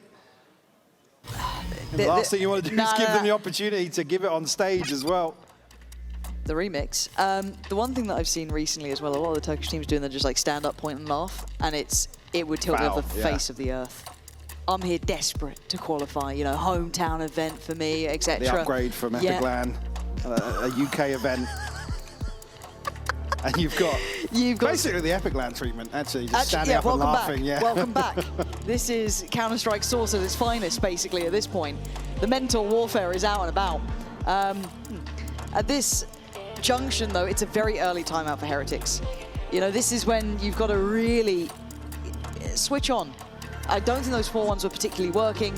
I think they're just getting outdone here by all rights. There's only so many ways you can kind of skin this. There's going to be upgraded pistols at least. On the side of Heretics, a scope in hand for Woot. SMG for Koshmaras. Certainly want to do damage here, prevent probably a bit of a cushion developing, but it's already there, to be honest. Look at, I mean, you look at that bonus purchase and how well-rounded it is. They've already done the hard work in terms of this opening stretch of rounds. It would require heroics from somebody on the side of Heretics to really have a say in the matter. Fabian continuing a little PvE experience. Go around and farm up further progress. Again, this just feels like there's no pressure on Eternal Fire the way they're playing. And when you're getting everything right... this is the sort of thing, right? If you put back and you're showing these opening rounds on defense, a team can just go and farm these orbs for free. Yep. And nice work from Benji there with the support of Woot a little, but just going to try and play out how he can here. Going to do a bit of damage, but the site should be cleared. It's re-enter with the Sheriff to maybe do something, but Eternal Fire down to 2. Fabian and Izzy, suddenly, in a situation they probably didn't expect, they do still have the spike. They have sight. And no upgrades found in that exchange. Yeah, hard to get these upgrades too. Maybe the most likely to be potentially the one by Arcade, but even then, tricky to gather. What do we have? Molly with Boo. Riens, I don't know when that horn's back up, but I imagine not particularly soon. So this could be farming for Fabian. Sun comes in, he actually does catch that. There's an opportunity here, and there it is, making something of nothing. They're not done yet, Heretics. Absolutely what was needed. We talked about not being able to establish a cushion. This one will force out a full repurchase here, and a conversion here on just odds and ends for an Amoda Thrifty. Get themselves on the board here on Fracture. Just what the doctor ordered. Come on. Nice! Let's go! Let's go! Come on! Nice, nice work. Let's go, baby. Come on. A situation where usually Eternal Fire looks so good in terms of getting that initial pressure onto site, find a kill, but it's Heretics that actually find some scrappy shots here. Riens with the Sheriff doing a ton of damage. And a great paint shell coming out from Woot as well. Gonna need a couple more of those though. So we are going to be checking in, talking about pressure on the Heretic side. How are those comms holding up under all of this newfound pressure? Wait, I'm coming to you. Wait, let's push Kosh on shift. I'm with you, Guys, we're pushing him. Yeah, one, two. I'm with you, bro. Keep going. Keep going. Good. Yeah, that's two. Okay. I don't see anything. Might be hiding close. Good break. Come peek. Come. Let's win this round. Yes. They have up, guys. Come on the side. Yes. Go for the B long. Bait planted. Bait side. Can you jiggle for the op quickly? He's dead. Yeah, he's dead. holding. I'm gonna pee. Okay. Enemy remaining. You can save. I mean, that was a hard start there, really. You could see they were desperately trying to help Woot out, who was left on an island for so long. And obviously, you have to meticulously clear on the other side. And this is why it's so difficult to play against a team like this that are just so willing. Pretty light investment in terms of Uto here to just take these dry fights. And the round is almost concluded based on that first engagement. Eternal Fire finding a fourth here. Very comfortable in terms of this ult cycle now. You look at what's available. Just missing one for Echo. Would be the full house. The other side for Heretics, similar situation, but the finances don't really reflect that. they still get a buy? I think they're going to I mean, of sorts, yeah. I mean, Woot's obviously going to invest in here. Koshmaras doesn't need to. Then you have to see almost some value found here. Not from the weaponry, but strength in this ult cycle. Nice! I said this earlier on this year, but like Fabian has to be the worst person to play against on the stage. Ah, man, I'd be in pieces. Him and Yampi, I'm full reclined, I'm full out of it. Is he on the line? See him explore this A main approach, but not probably where they want to head here. Maybe noting that paint shell. Don't fancy it going forward. Oh, Boo, in rotation here, has to get back towards the B site, currently held down. Smoke's down. In the tower position. Disrespecting No that. secrets on the way in again. No, and look at the pace. Echo does really well, but the reaction's made here. Benji's still got some security. Does he try and make a play on this one? He doesn't have to.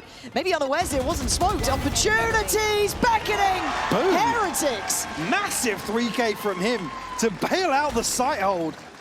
Again, just completely unconsidered. No coverage in terms of the smokes here. He's opened a crucial gap. As part of this Eternal Fire execution, yeah. Again, the first one, pivotal, but to clean things up here.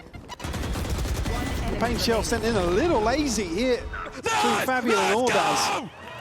But again, Abu finding the kill. When he does from Canteen, it forces the adjustment, right? They have to really address that situation. And it also saves the player in tower, right? Benji could have been easily overwhelmed, then easily traded in on, but Boo's positioning, brilliant from that. And a big upswing from him individually as well. It wasn't the best display on the first map. He was doing Boo things, but this is lovely. If he can keep this up, that is a very, very good sign. However, on the other side, it's a timeout. Eternal Fire haven't had to do too much of this, but you look back to map 1, they're never really out of it either, right? It takes very little for these guys to springboard back into a game. I was curious, I mean, with a team like this, what's being discussed in terms of what they felt has gone right so far, or maybe in terms of the preparation coming into a map like this. Whether or not they just being asked to apply a little more pressure. Sure, it's terrifying. It's certain teams reading them out of timeouts are always just a bit of an enigma. Yeah. Okay. So looking at the ults as well. I mean, I don't want to say even score. You kind of look at what they've got on hand. Woot still has his, Boo's got his. Pretty big impact ults for Neki. Ordaz going to have theirs, and Echo as well. A little more niche in application, but early show of force towards A, and actually just very direct. Maybe hoping they get that 4-1 split, but they're going to draw out the ult. Slows down the hit. Big win for Eternal Fire, It's a rotation, but Koshmaras going to catch the other side of it. And they tried to scale up through main. The re-explore from Rienz felt a little individual. Echo gets that! He still gets another. Taking away Woot on the deathbed, leaving it in a 3v3. The divide goes in, and now they've got security on the cross. In here, Heretics obviously keen to get back behind this now. Benji does have an information tool to invest, and he absolutely will. Camera now removed. Wizzy, come on, man. Still getting away with that sort of work just seems wild. How does Benji and Koshmaras try and figure this one out? Got him cornered to sight, but trading in effectively against the 3? I mean, Izzy's hitting some worldy shots. They're going to see them both down to 1! Benji gets him across the line. He's up out the seat. He knows he's got them back into this game now. Koshmaras just breaking some of these crosshair placements, allowing Benji Fishy to clean up here. God, the second shot. God, that's crazy from Echo. Again, when Boo falls, you just think, this is just so different. It looks initially like Fabian's aware of the possibility behind the divide. Somebody would still get up towards Dish. What are you doing? Let's fucking go. Benji strikes at just the right time. Great flip in a 2v3 for them. Will force Eternal Fire back down to odds and ends in terms of the buy here, but certainly no adjustment in terms of the initial pace. Nah, they've got that in mind. Not much is going to stop them here. Only going to note 1. Ooh, pick up a little bit of damage, but mostly gets out with his life. Doesn't give him much of a look towards the A site either. that spike's drifting over towards the B side of this map. There's Eternal Fire. Try and regroup here. Koshmaras up towards tower. He called into action. And now you got to be careful of that cross. You can see Rien's even being tempted into a peek there. Neki, that's a teammate. Friendly fire. Yeah, that, however, isn't. But a the lovely judge overrun. shut down. Yeah, Neki's done exceptionally well there. Suddenly that plant becomes a reality. This round becomes a reality. Eyes on Fabian here in the back lines as well. He has to shut down this. Yeah, she does find Wu. And now this has gone from bad to worse, right? Everything lining up for Eternal Fire, though. Rien's and Boo. I mean, you can see that Eternal Fire don't feel comfortable for the plant just yet. Maybe just waiting a moment, getting everyone in the right place. Boo's position becoming a little bit readable at this point as Fabian waiting to see if Rien's does try and progress. Smoke gonna go down. And there, force the fight forward. Fabian's got it. Eternal Fire, not down, not out. The emoted Thrifty, no matter the buy. Fabian's position absolutely crucial in terms of conversion. I'm not even sure, was it? Did he pick up an operator from shutting down the second player on the flank? Then Echo actually want to come back and take contact here, just forcing Wu into such an awkward position. Gets caught in the satchel. And Fabian makes that operator, puts it to work. Certainly not letting their foot off the gas just yet. It's just the synergy with Eternal Fire as well. So good with it. Stack for Heretics. A lot of players here. Fabian already dismantling one. Eyeing up a second, can't do it. Rien's on the swing. Eternal Fire trying to stem the bleed a little bit. There is an advantage here for Heretics. They want to pressure.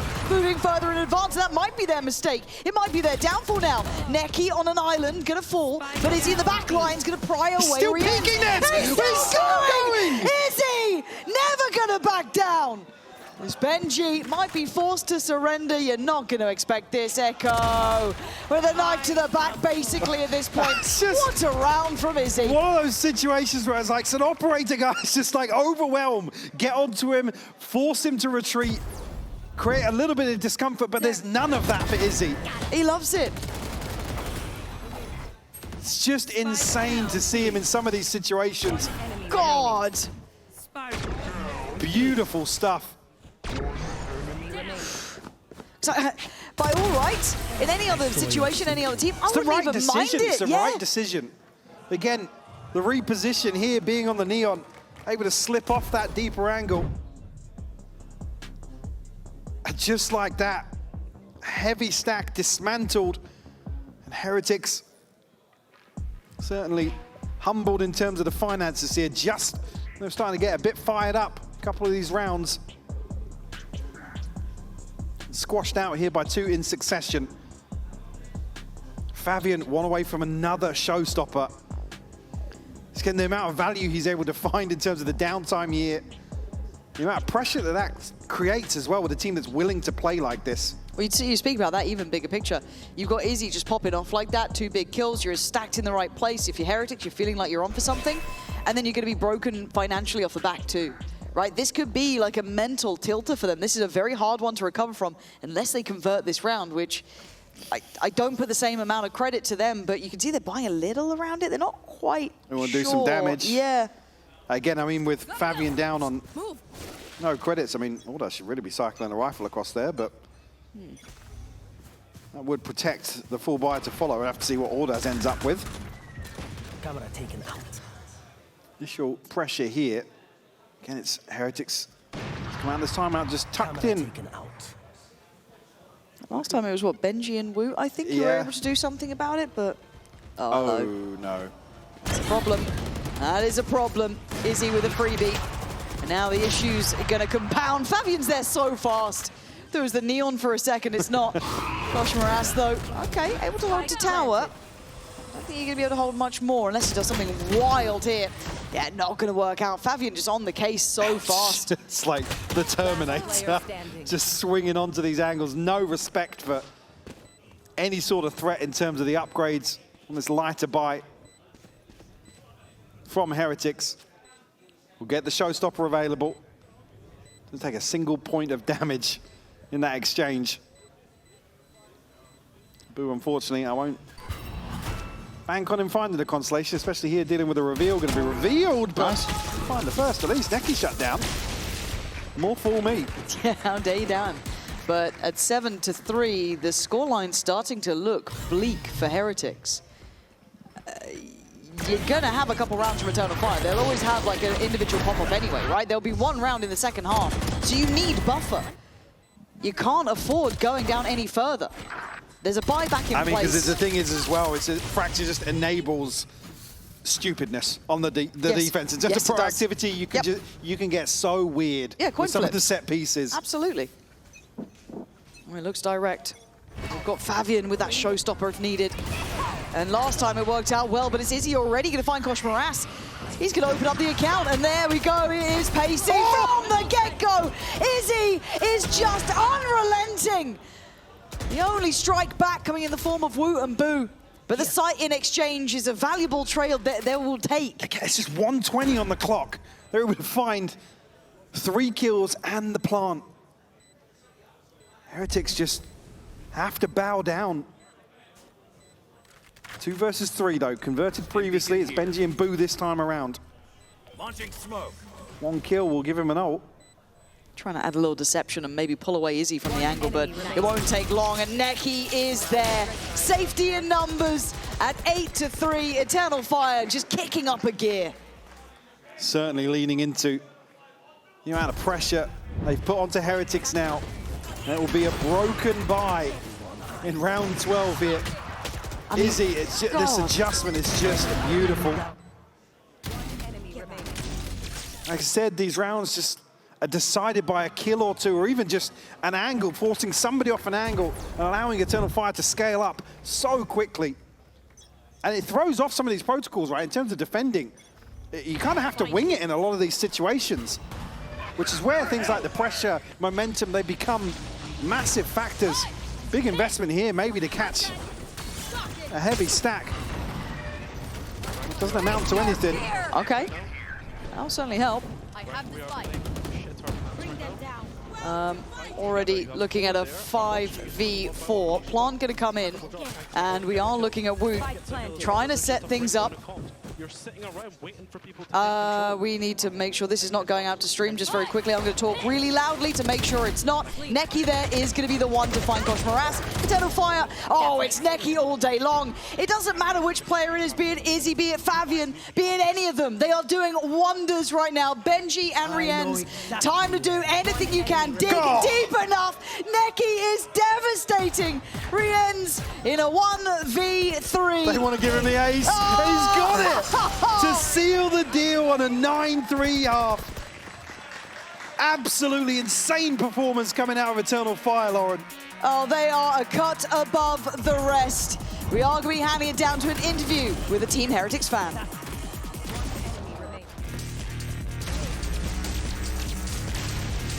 sit down.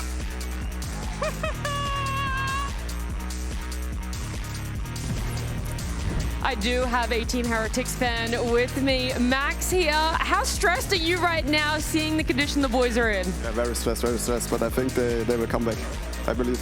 Yeah. I feel like they're a little bit, down emotionally. So if you could get in there right now and give them some words of encouragement, some words of wisdom, what would you tell them?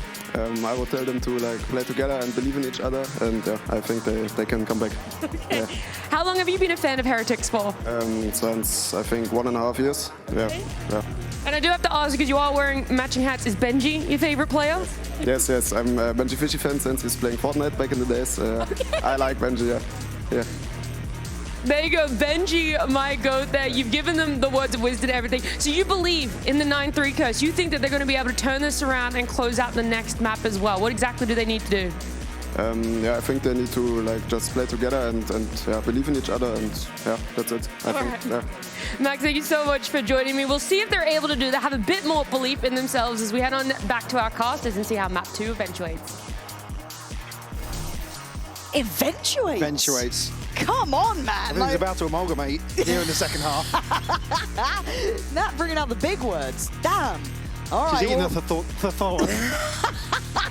You can't be doing that. But what we can be doing is reminding you it's going to be a 9-3 scoreline coming back into this. So it is going to be a hard uphill struggle for Heretics. You can hear, you can see the tension on their side. For Eternal Fire, however, things are feeling great. Everyone is hitting.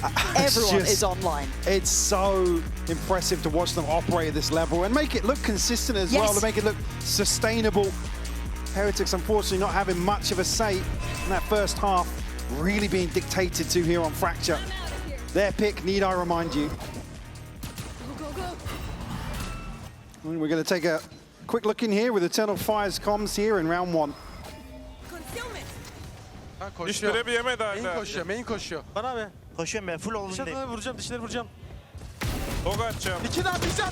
Neon bir can, sonra. Atladı, andır diyeceğim. Atla. Ne yapayım ya? Net geldi. 4 side, 4. Hepsi side, hepsi 4 side. All right, big boy Boo doing some damage. Where's that just come from? Out of nowhere, getting on the board, getting the ball rolling in the second half. And hopefully an indication here of Heretics' early intent to take control back. A long road ahead of them for sure. But a convincing pistol round to post here. One enemy remaining. Nice! Let's go! Eternal Fire certainly with a chance to shut this down, but see a little bit of frustration here. Maybe a misdecision made here in terms of the plan, but again, no harm, no foul. Still a comfortable lead here. Oh, God. Well, I'm scared. if Rien's rifle gets onto that angle. Or Woot's scope, I guess. Yeah, I guess. But why am I terrified? Because it's still a 3v3, by the way, and Woot's 21 HP. Always a threat with these guys, always. It doesn't matter the buy, it doesn't matter the round. They are terrifying. And they're getting active. I think they made a step there, so I might have to cancel on that. But still, this isn't out of the woods for Heretics. They are looking scared. Gosh, Morass going to give them a kill, which should give them a bit more faith, but hesitation being shown here, and maybe rightly so. Gotta be careful of Tower now. Daz looking for a way forward. Having tagged down to 8 HP now. Try and just create as much pressure as possible as they can. Oh, it's fine. Everything's good, Yes, man. Gosh, It's all Maras to find that good. one, It's all Benji, good. Had to it the whole clean up. time. I'm so scared of this team. It's, yeah. A real chance here to run away with this round. Taken. Will make the buyback in uncomfortable. Rifles in hand for Eternal Fire, and the Ghost purchased previously means Izzy won't have a shield here. Actually, no, sorry, he hadn't bought one. I was just thinking if he'd settled on that, I was like, oh, okay. Oh, a curious purchase, Izzy. Yeah, so able to get the buy-in. Heretics, though, every round's a reminder against Eternal Fire. 5-9. The starting blocks have been placed, though. This would be wondrous, though, for the Heretics side. Echo, good information early. Needs to be careful, cannot get overwhelmed here. And he's not. Comes out swinging, takes away Kosh. Morass goes in for more, can't convert it. Woot really quick on that to get the second. And do they just pounce on this? Yeah, they do. Izzy's away. And Heretics prepared this time, battening down the hatches as the storm might have been quelled. Orders now 1v4. Still pretty healthy. Wanted that kill. Doesn't get it. A couple of players tagged up here. Certainly a chance to do some damage, but will require a miracle for Ordaz to stop this early snowball. Heretics looking primed and ready here in the second half. Michael, do we have a game on our hands? I think we have a game on our hands. Another round or two. More? What I think is Eternal Fire going to come back in with pistols. Yeah, maybe it's fine. It went fine before. Last one looked really comfortable. Yeah, for Heretics, so. honestly, no problem. Shame we didn't get Niels' comms then. That was the wrong time to leak it. 6-9. Ordaz going to be able to save the rifle. 4 still standing for Heretics. they have a plan in mind, clearly. They've got an idea and an understanding of the tempo, but still, it's one thing to know it, it's another to consistently handle it and try and keep Eternal Fire under the heel.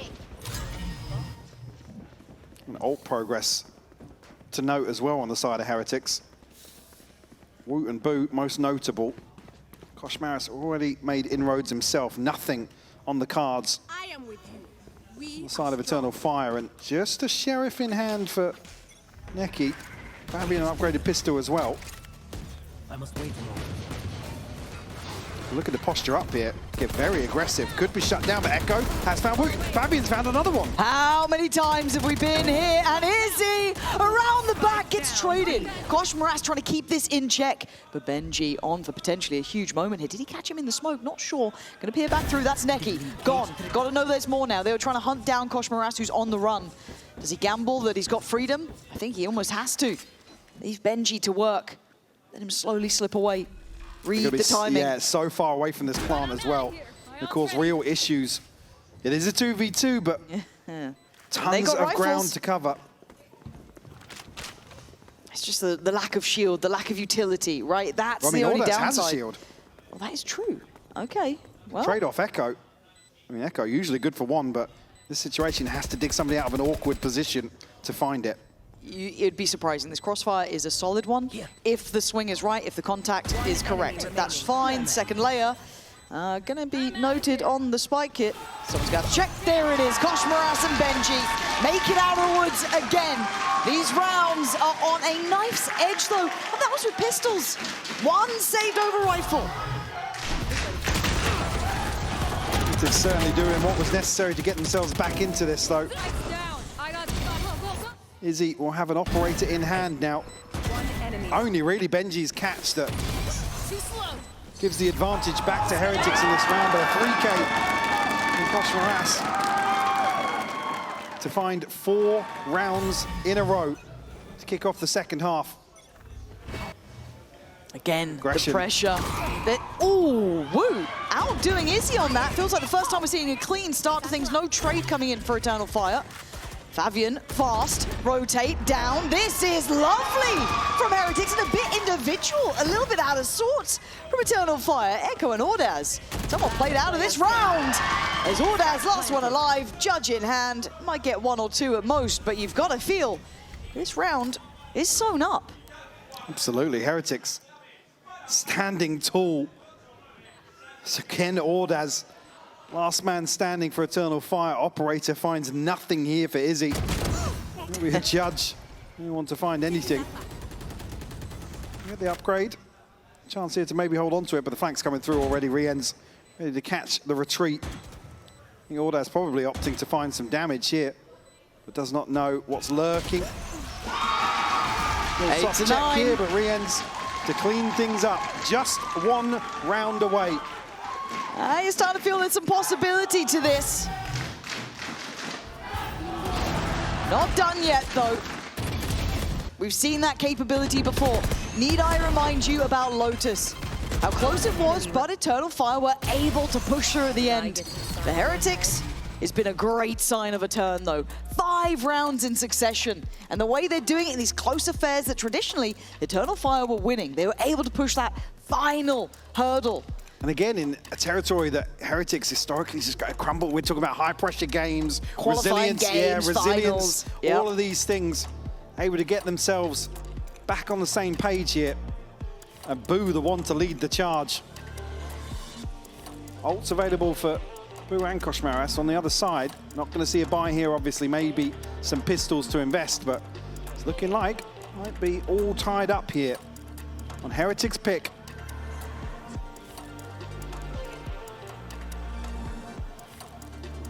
Neural theft only thing really to invest. I mean, Fabian, one away from a showstopper. Izzy, a rifle in hand, could potentially throw his ult in the mix here.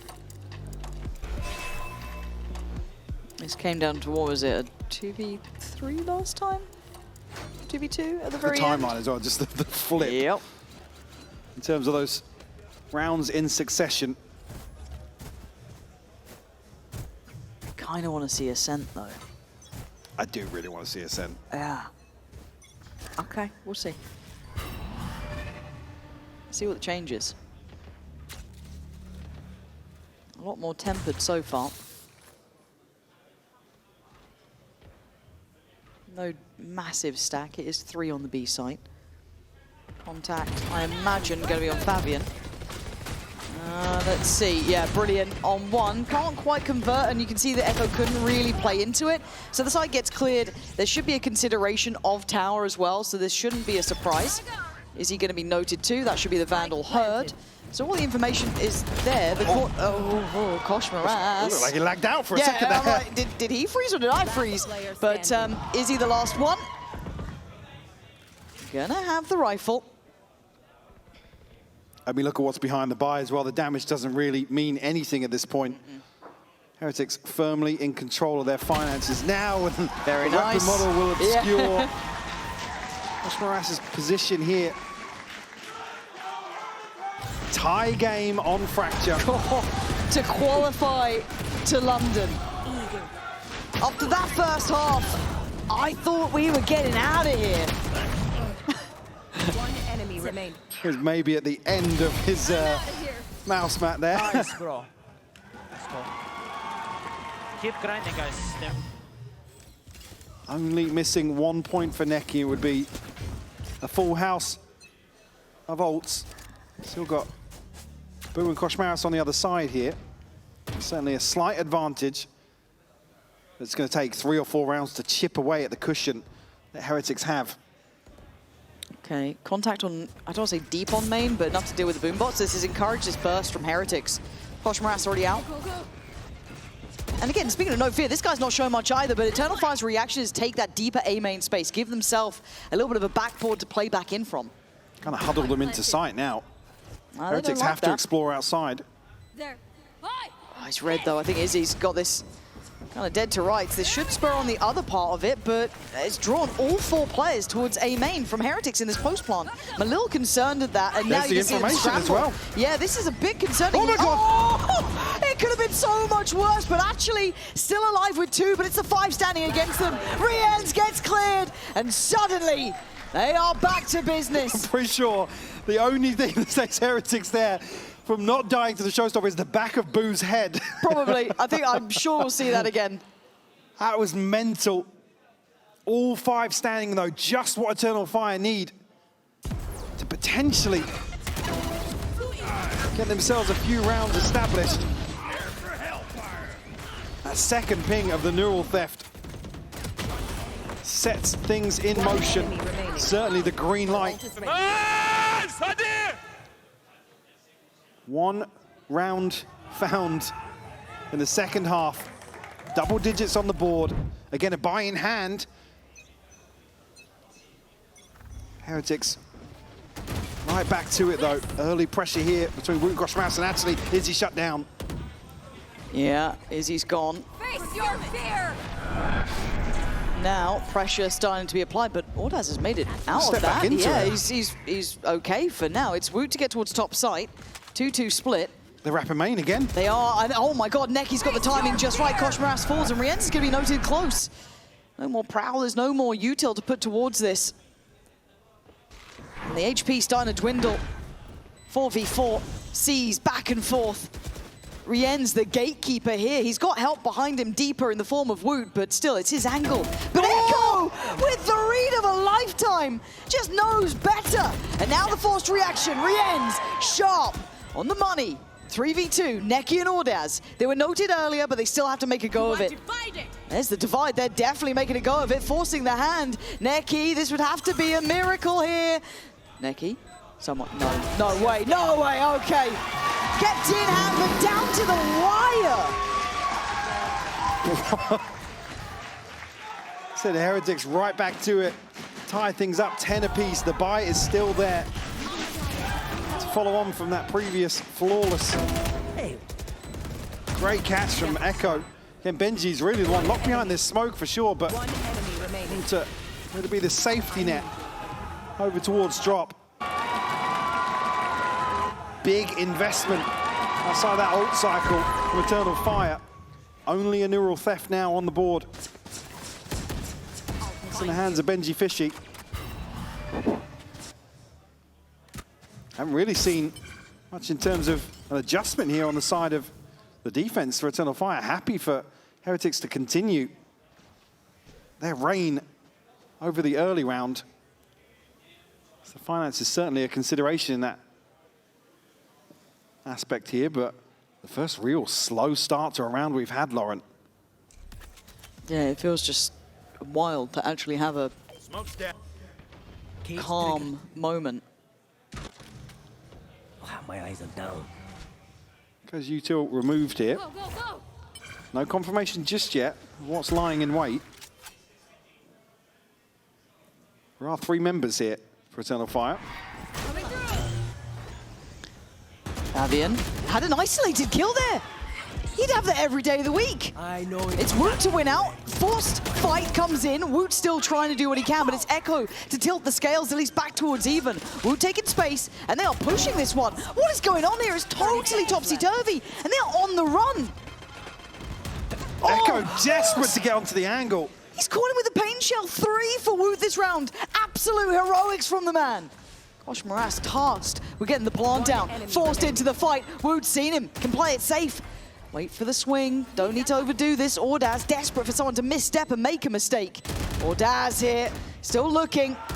Not gonna happen. Woot, the hero of the hour and the hero of the round. 4 kills to get Heretics up to 11. It's just so dicey. A scrambled rotation and Echo desperate to punish. Just falls foul. It's only really the aggression that makes this so awkward for Eternal Fire. But Woot absolutely standing on business here. Crucial 4K for him. Fabian knows he had a chance to have a say in that round. God, this could be 12. Look at the buy. Should be. Absolutely should be 12. Gotta be careful of those stacks, though. We've seen this. We've seen these rounds. We've been here before. On the other side, it's Echo. It's Judge. Yeah. Is just it ever Echo. just Echo? Early warning. They're all going through main. Cleared. Call for help. How many does Echo get? Does he get any at all? Waiting patiently. Well, they're going to know now from the cage. Yeah, but an isolated fight and an isolated clear. Invests the ult as he gets traded on by Kosh Morass. And they are flooding this. They want blood. There's no plant to be had yet. It's not a safe site. Kosh Morass, Benji, desperately holding on. What? Trying to deal with Oh my God! nightmare. There was Neki. Oh my God. He gets the rifle. 2 people on a reload there. That was mental.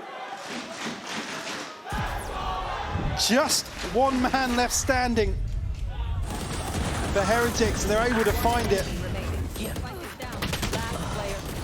That was so close. Thank God there's an extra body.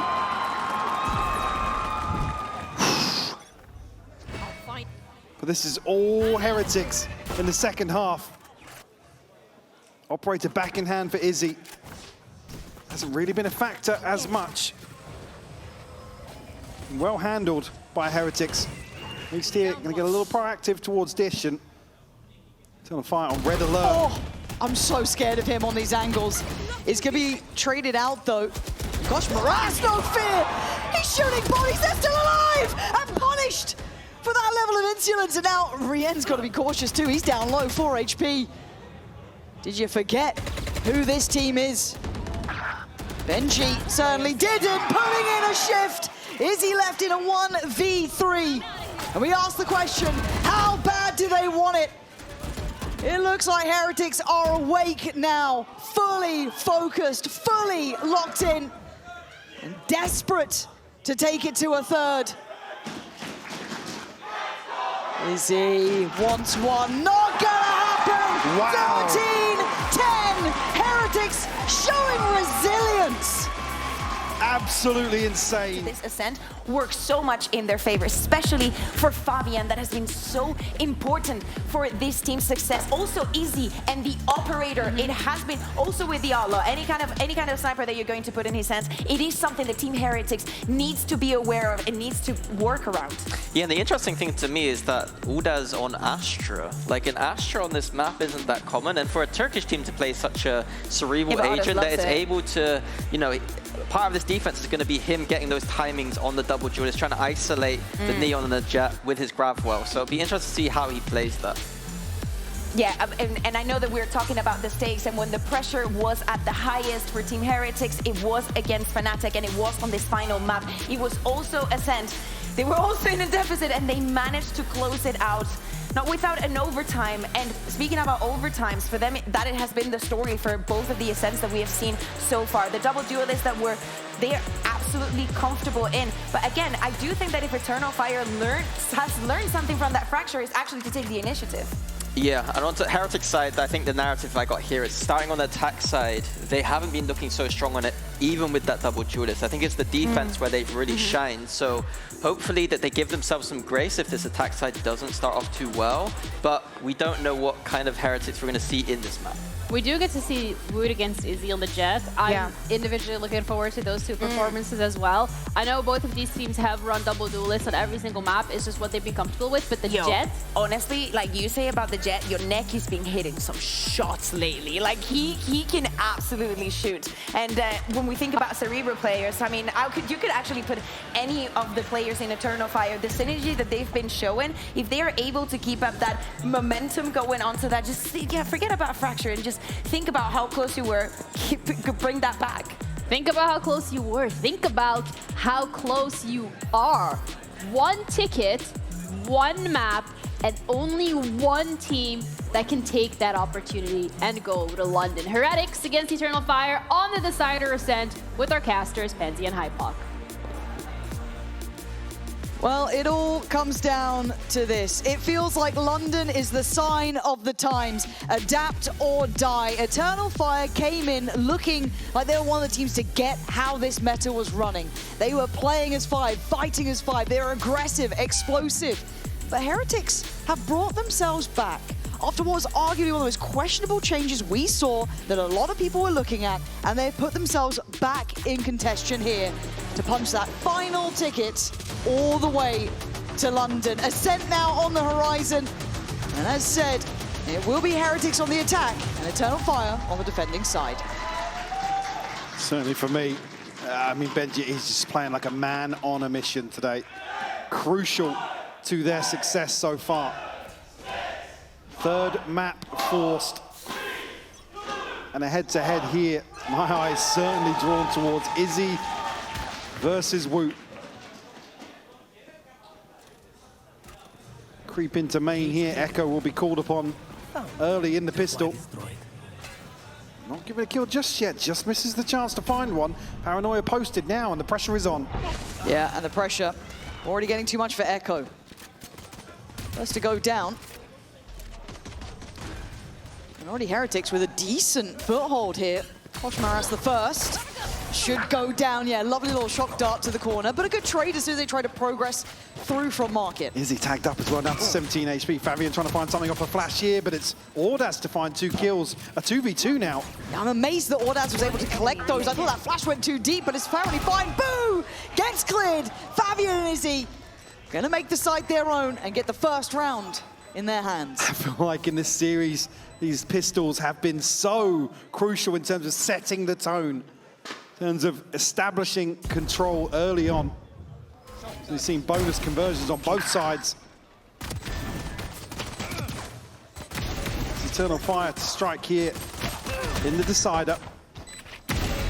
We're well invested in terms of this round 2, probably. Want to make sure it's a little safer considering how some of these maps have started. Koshmaras actually scope and a shield invested here. And there's not a light shield in sight. No, it's an opportunity presented here, but he's got to do extra work to convert this. It's Benji to really finance this. I mean, really headshot's a headshot, I guess. wonder if they saw the weapon on that sort of peak. I don't know if you would. You might question why he's walking middle, but we're trying to maybe set him up. Now they certainly know. Play a little bit more careful. We'll potentially come down to Fabian. Looks like the cross is going to get caught by Izzy here. Oh, god damn, they are good. Okay, Rien's just as good, though. This is with very little here, but they've got to do more to make this seem worth it to me. I mean, Echo can't really police that weapon just yet. Smoke will block sight lines here. Certainly something Heretics are going to be thankful to find here in terms of an upgrade for Rien's. But only 3 left standing, and Rien's down to 35. Echo will be noted here in terms of audio.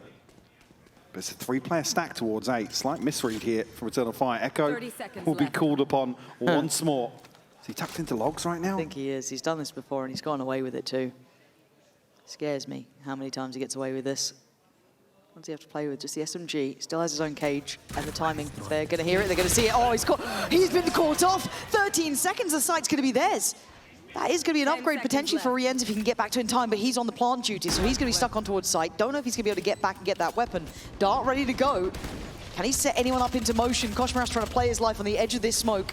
But as soon as that fades, it's game on. Gotta be careful of a flash! It's a fantastic read from Koshmaras, taking matters into his own hands! Leaving Neki in a 1v3 he never expected to be in. Has to clear Koshmaras first, wants to. I think Koshmaras might be reading that. Yeah, he's buying time now. Knows he'll probably fall, but can the other two players pull it in? Paranoia there still with Boot. Rien's the back of the site and the time is ticking. Neki knows it. And he's not interested. Oh, that is absolute cinema from Heretics. But just as I was saying, a pistol round set the tone. Heretics flip around 2. Izzy, sharp openers here found. 2 kills at the start here, and Echo just caught with his pants down. Really the reset in terms of second camera becoming available. Koshmaras just runs away with this one. And I love seeing a player who can kind of... Gosh, you are so foxy, bro! Oh my god! Someone who can call up their own number and make those plays in those critical moments, but you're not out of the woods by any means. There is threat around every corner, as you can literally see on short. You can see it towards middle. Maybe finding Ordaz there might be an indicator something's a little awry. Maybe something's a little off, but they're still going to spring the trap. Koshmaras is having an absolute tear. 3 kills again, farming here today. Ult already to hand. The timeline thrown off kilter a little bit here. But Izzy straight on that operator. So we come into round 4. Great crunch here. And again, Eternal Fire looking to get extremely proactive. 2 freebies here for Koshmaras. The clean up onto Neki. But that does a world for your confidence level, right? That gets you feeling like you got that hot hand in the game, that you can take these sort of fights against a team who is aggressive. Operators in play for Izzy, though. Oh, that's going to sting. Right on the money there. It's Benji to take the brunt of that. Trying to clear through. Echo trying to spam in, but will be tagged up. There's an extra player on the back of the site, though, but it's easy to go down first. How did we find that? Maybe just in market, digging a little bit deeper. He's got them pinned towards site. That's going to be harder to clear with no darts, no anything, really. Util-wise, they're limited here. So Echo stood his ground. So has Neki. This makes it tougher, but the trades are good enough, but it's still a 2v2. Boo on the double down. Going to catch him on the stairs. It feels like they're starting to get the read of the tempo the Eternal Fire like to play at. Certainly winning out more of these scrappy engagements. Boo to clean up with a 3rd. Number 3 on the board for Heretics as well. Keeping Eternal Fire at bay this first half. And the desk highlighted as well. This is absolutely what you want to do. Izzy's just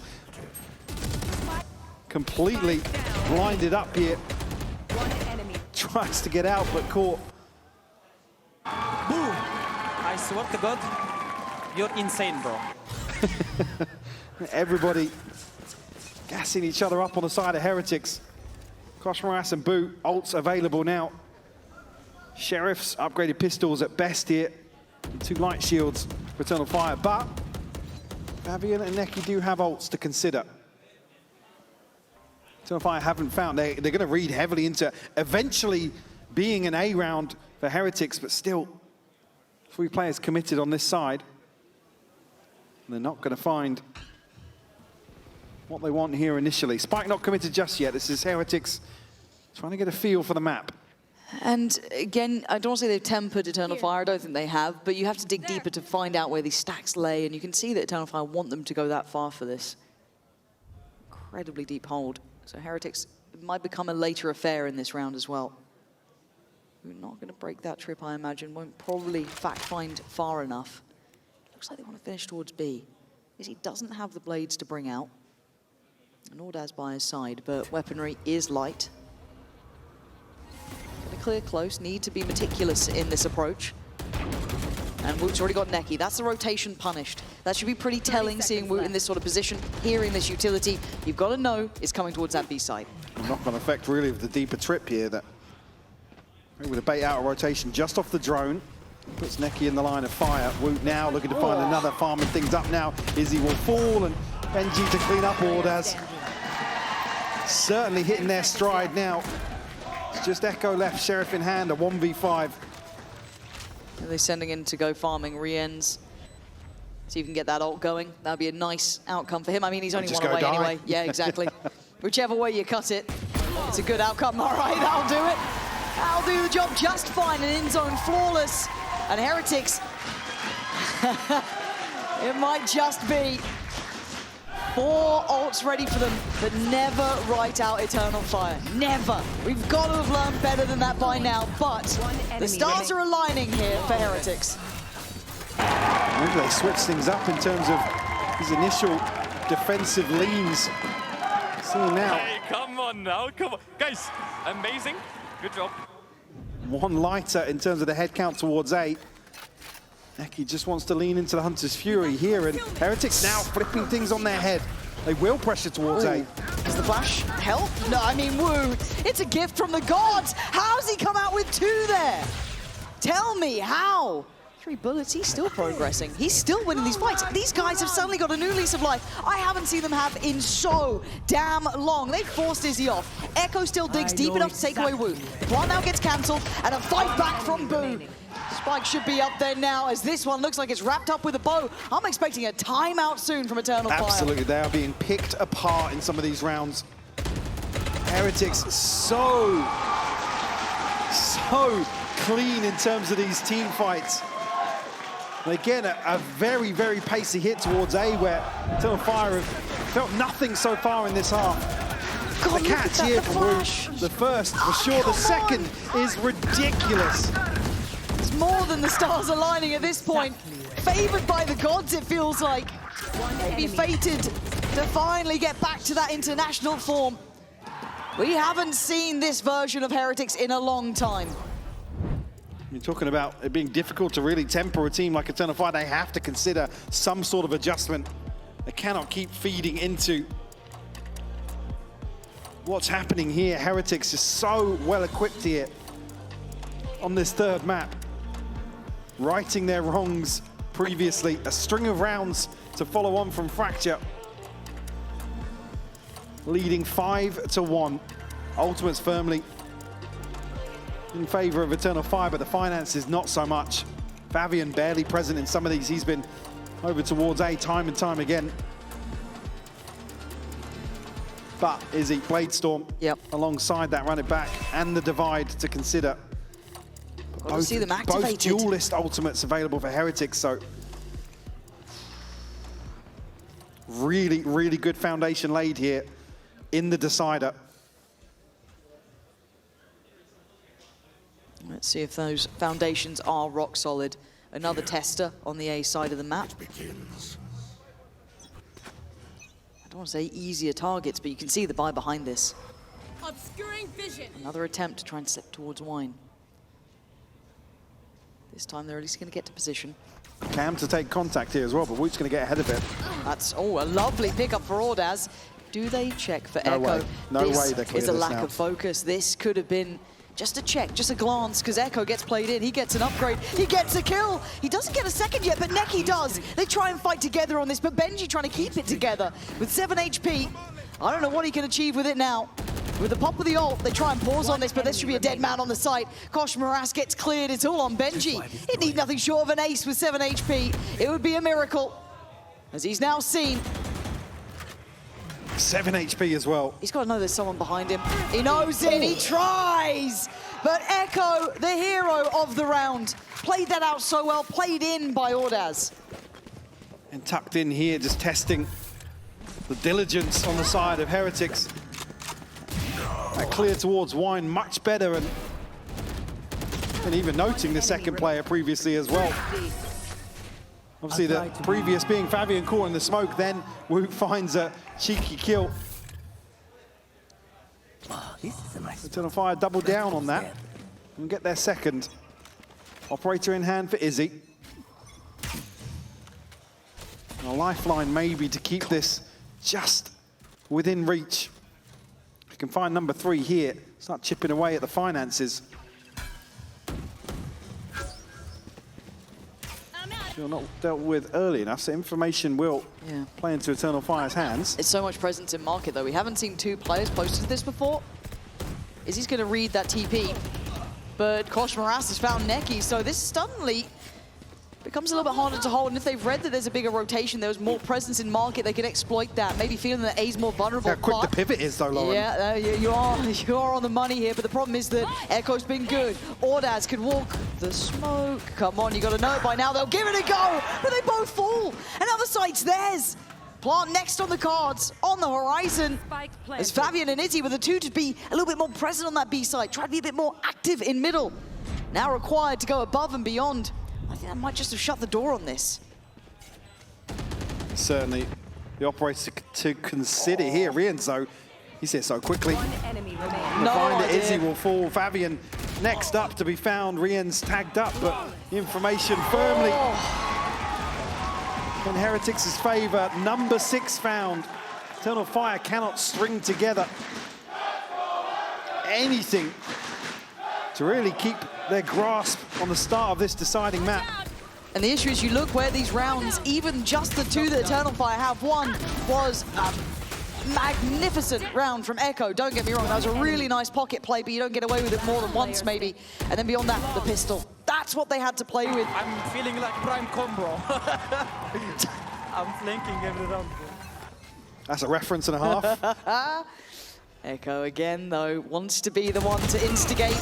Oh, and it's not happening now. Desperation feels like the answer. That's just not landing. Fabian, though, very quickly going to get towards Benji. Should hear this. Yeah, nice, okay. Backline broken. Awareness of it, but still. The R drone from the CT side, so a little bit of information everywhere. Spike planted. Nice upgrade for Izzy. They could make a go of this. This is a hard post-plant to break, though. The time's certainly going to become a factor here as well. Neki wants to set it into motion, though, doesn't he? They get what they need. Rien's already denies Fabian. And Woot spraying into the dark, that's fine. Keeps him at bay. Izzy not getting any connection, at least meaningful one. Neki's done well enough, but yeah, Kosh Moras playing by dice. It rolls on his side. And yeah, this post-plant, solid stuff from Heretics, set up initially by Kosh Moras. And this man has been an absolute cure to Heretics' woes. Certainly worth his weight in gold. 12 and 5 here. The opening of this decider. And this is when that sort of proactivity, that aggression, don't have the weaponry to back it up. Things can spiral out of control. Eternal Fire up against the ropes here. And Heretics certainly not letting their foot off the gas in terms of pressure. This is monumental levels of pressure now. Cage triggered. Eternal Fire, it's a terrible time to realize you're human, isn't it? That last map did so well in that lower bracket, looking near on untouchable at times.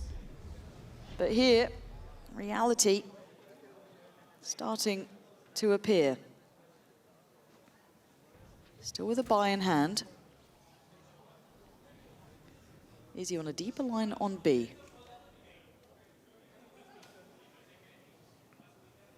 But still just looking to sponge wherever Heretics decide to descend upon. And just requires individuals from Eternal Fire to go huge. It's 3-player stack towards A. But it rides and dies on Fabian and Ordaz here. Hunter's Fury to potentially clear the space. The paranoia is perfect. The Hunter's Fury will land. You could not script it better for Heretics. It is poetry in motion. It's simply too easy as it stands, which is not something I expected to be saying today. Not here.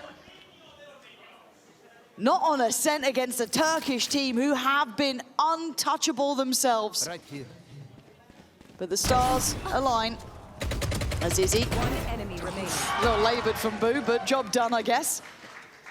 And they spotted Neki earlier as well. He's not long for this world with a couple of players from Heretics. I mean, close by, they're going to hunt him down. They do have the funds to allow that. Dealing with a trip here, actually will reveal his position, and Boo to clean up. Number 8 on the board, Lauren. We are witnessing Heretics truly excel in terms of form. The Blade Storm, the Neural Theft, one away from a TP, looking solid in terms of this ult cycle, but again, with a quieter early round, there's just so much util to remove these players that are posted up. One enemy remains. Looking to crunch into tree. As you said, so well choreographed from Heretics. They're not missing a beat. They are not missing a beat today. And it's gonna have to be a big conversation here, right? Whatever is said now. Because again, this is what we were waiting to see, if they could return to the degree of form we've seen in the past, because you can see where the woes began. Absolutely. I mean, roll your minds back all the way to Seoul and Shanghai. Very few, I mean, times of success, or high times, I'll say, for Heretics outside of that. Certainly looking as if they're building up to such a moment once more. Like I said, there's one individual that would mean the absolute world to, but surely the rest of the roster behind that. Yeah, on an individual level, you can absolutely see it with Benji. I think you saw it especially on Fracture there.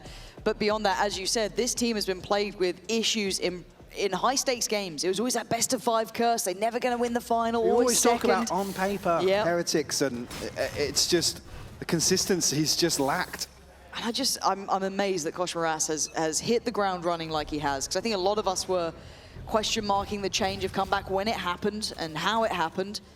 But now you can see that kind of complete vision. However, Benji's going to be removed from this occasion, as Izzy's isolated him on the other side of the map. So the inside going to be swarmed. Yeah, first real exploration here and rewarded. Woot, though, not shied away by the drone initially. We'll still get the plant here, but man advantage. Lesser weaponry. Izzy's found another one, though. I mean, Izzy, Echo. There we go. Fired up again. Whatever happened during that timeout. A heartbeat on display. And maybe a piece of silver lining. And just enough to remind Heretics of who they are. They're banking on ultimately finding another here to follow the mode of Thrifty. One enemy remains. Like I said, first real exploration we've seen. Izzy rewarded.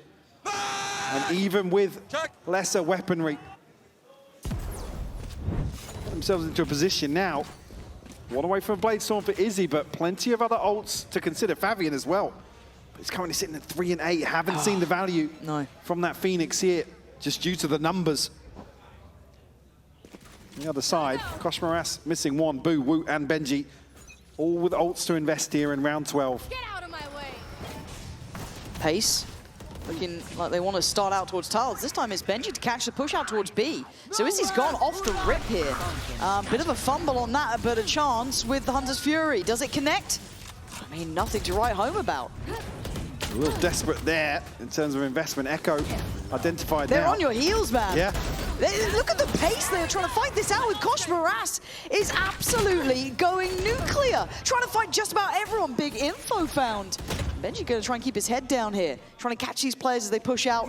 Has a little bit of a look. Gets a glance on one. Paranoia comes in. Going to know the second. Benji on 3 already.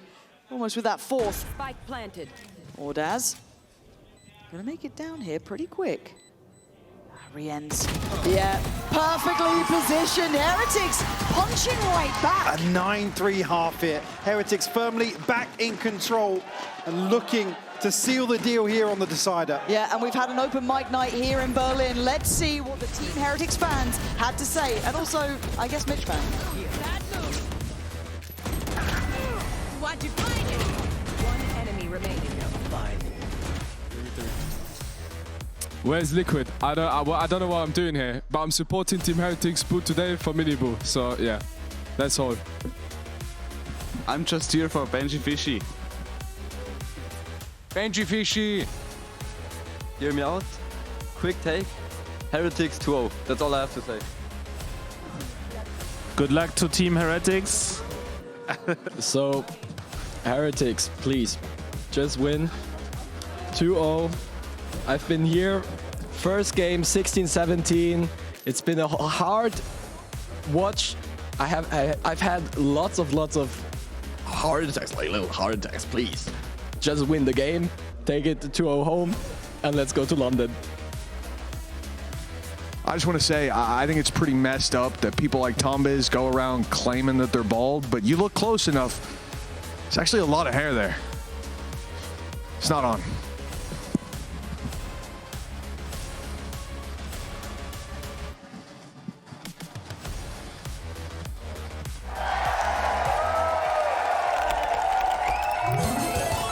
Red Bull gives you wings. Do you want to take that one, or? No, actually, I'll just roll back a little further. Actually, a hard watch at times. The Heretics fan, like, you can tell he's been here. I thought he was going to be, I've been here every game, man. Please, Just please. I'm begging you. Oh. But, Well, 9-3? I've heard of a curse, saying there's a chance. This one would hurt even worse. Think Could you about a imagine, previous though? 9-3. Could you imagine? I don't want to, actually. I'm just thinking Fabian of... remembers how to use his mouse suddenly. We're getting back on. I don't know, man. Starts with a pistol. It all starts with a pistol. Yep. See here, Eternal Fire. Leaning heavily outside A right now. Koshmaras won't spot anything over the top here. Fountain, but two players still in position. It's Benji alongside Riens. All right. To slow things down, Benji rewarded and gets underneath that one way. Needs to keep his calm on site, here. though. He's got Koshmaras to back him up. Izzy's going to clear sight. Echo on the follow-up. Koshmaras still with the say in the matter. Somehow. Plant's yet to go down, though. Neki trying to buy his time just to make sure he can get this done. Fake on the tap. Izzy.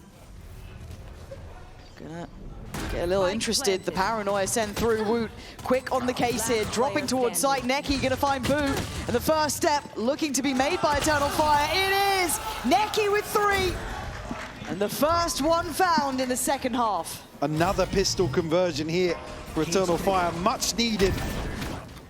Can they right their wrongs from the first half? Initially, it looks like Benji's going to do enough to just slow things down, but the trades are so fast. Neki the one to find the crucial kill there to cement their control of site. Koshmaras, the other one to be enabled here in a round 2.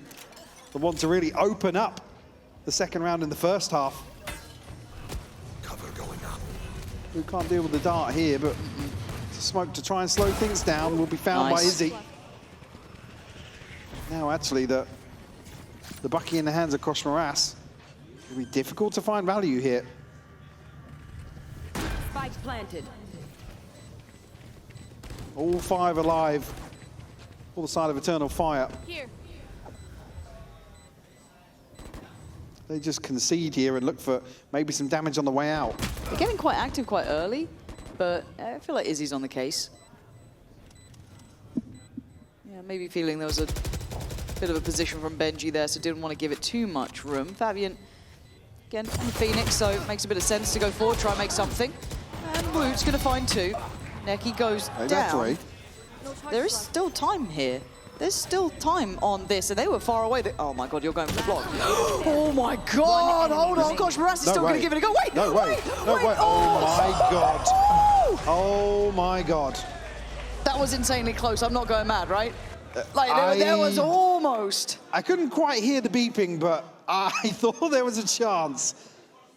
I mean, Echo has to come back and check this. I'm not sure the timing's here. Maybe a bit cleaner, or clearer, sorry, on the replay. But initially looking for damage. Standing. I think he almost has that. I think he almost had that too. Look at the shot that he had to hit. Hold it, hold it. I mean...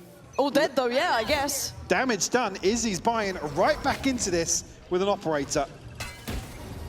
Oh my god, my heart is beating right now. Gosh, Maras. What is this man made of? Look at the crunch, man. For it. Operator kept at bay here. But noted, at least. A shot will ring off from Izzy. Now Heretics have a chance to reset. Get onto this angle, though. Maras is going to try and thread the needle. That's gorgeous. Oh, it's easy to find it, though. It almost plays in Wu if they're not heads up about it, but I feel that Eternal Fire have been solid if they get their spacing right. Oh, that's really nice from Wu, though. He's been sharp today. Operator stays in hand, which is a small benefit, but it is back down to a 4v4. Now Echo and Ordaz have to try and make a go of things with a Sheriff. Said weaponry-wise, still favouring Heretics.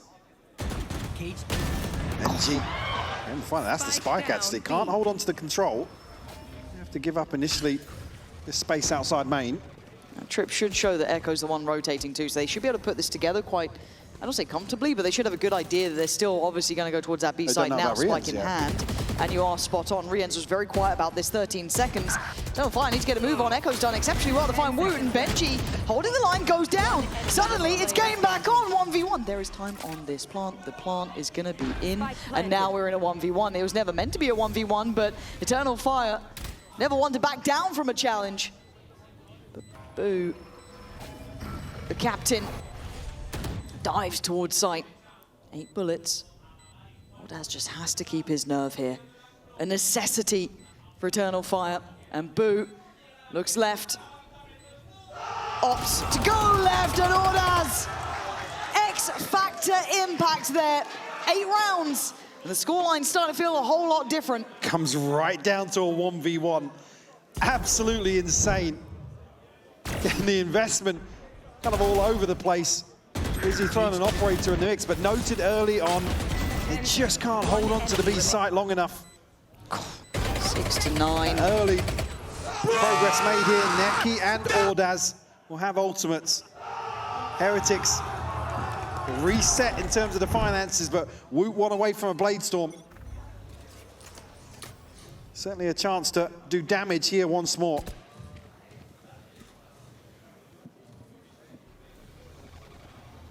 Really over the initial hurdle here to get up to 6 for Eternal Fire. That 7th would be huge. A clean 7th as well. Yep. There are still those light shields, so not super easy.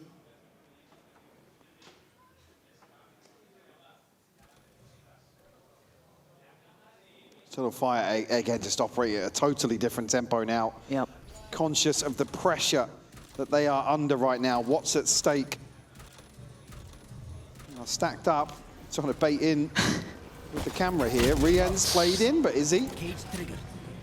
Discipline on the clearance. I mean, yeah, this is good. This is good, step by step. Doesn't need to be overly complicated. Just need to keep it clean. Smash on 5 HP, probably not going to get a huge outcome from this. Probably love to catch Izzy, but even that seems unlikely. And there we go. It's the step that should start calling some attention from Heretics now. 7-9, and in-zone flawless to get there. And they're starting to get those ults on. They're starting to get that ball rolling, and that is why we're seeing a timeout. Yeah, and that's the one that really gives Eternal Fire a foothold in terms of this ult cycle. The finances behind it have a buy to hand. Only missing the neural thefts, so all of these key ultimates in terms of this composition at hand for Eternal Fire. Chipping away at this lead that Heretics had from the first half. You're coming out of this, like I said, Blade Storm available, Neural Theft for Benji as well. Kosh Moras just missing one. Still hanging in the balance. Eternal Fire still breathing down the necks of Heretics. And they're happy to be the villain in this, right? They're happy to bring this back, to add that element of fear. Eternal Fire have been that scary team. Hard to characterize, hard to put in a box, hard to keep down. Always able to pull back these games. So Heretics going to be held on 9. Still with a good purchase to come into play with this. But they need a bigger solution than what they were doing right now. Look at what's left behind this as well for Heretics. Barely 1,200 credits. Careful here. There. Seeing similarities, but in reverse to Fracture. 4 rounds strung together here for Eternal Fire. Woot looking to do some damage. This Operator and Fabian looking to maybe be the pace change, but shut down here initially by Woot. Yeah, but there's the reaction. Rienz gets beheaded. B-side looking vulnerable as Benji playing up closer. Benji, that is big impact, and he gets away with his life. Wu then comes in for a swing. Izzy on the reaction, back and forth, 3v3. Now, looking towards the site, it's Benji still trying to hold on to this. This is his site, this is his home game. Can he make it? Double digits, Fabian turns! the timing! Benji finding a gift there. The turn from Fabian was a second off. It's just so much to consider. He's out in no man's land. And Benji, the bold swing, a big risk to take, but delivers here for Heretics to find number 10 to squash, extinguish that string of rounds. A chance to maybe catch their breath, Lauren. Yeah, but it's just one round. That's the only round they've gone on this side. Do it again. Find it again. They want to exploit Wood. He came out swinging before, and he's still trying to swing, but it's Eternal Fire again. Excellent trades up middle. Pressure back on Benji. Boo gonna get down Izzy. So it's a 3v3. Benji, can you withstand it again? How many times will you be tested now? More and more. This time you get cleared. Boo cancelled there. He was TP into back sight, but Benji, again, falling after the cancel. Maybe just a, I don't know if that's a comm issue or somebody tells him to cancel. Maybe just to force them into an uncomfortable situation. But speaking of, it's a judge here. Ult available for Kosh Moras, but a 2v3 now. Kosh Moras, X-Factor player, he believes in this. Gonna try and set the tempo and tone for the retake, but Boo the one to succeed, but a quick and an effective trade for Eternal Fire, making it look easy there. I don't know if I missed the timing here, but maybe it's Benji that calls the cancel. The TP comes through. I mean, at a time where Boo obviously finds one in transition towards market. And just here, he resets. Oh, it actually gets cancelled. I thought he cancelled it. I didn't realize somebody had it. Yeah, didn't have an angle onto it. I thought he was tucked behind that first archway.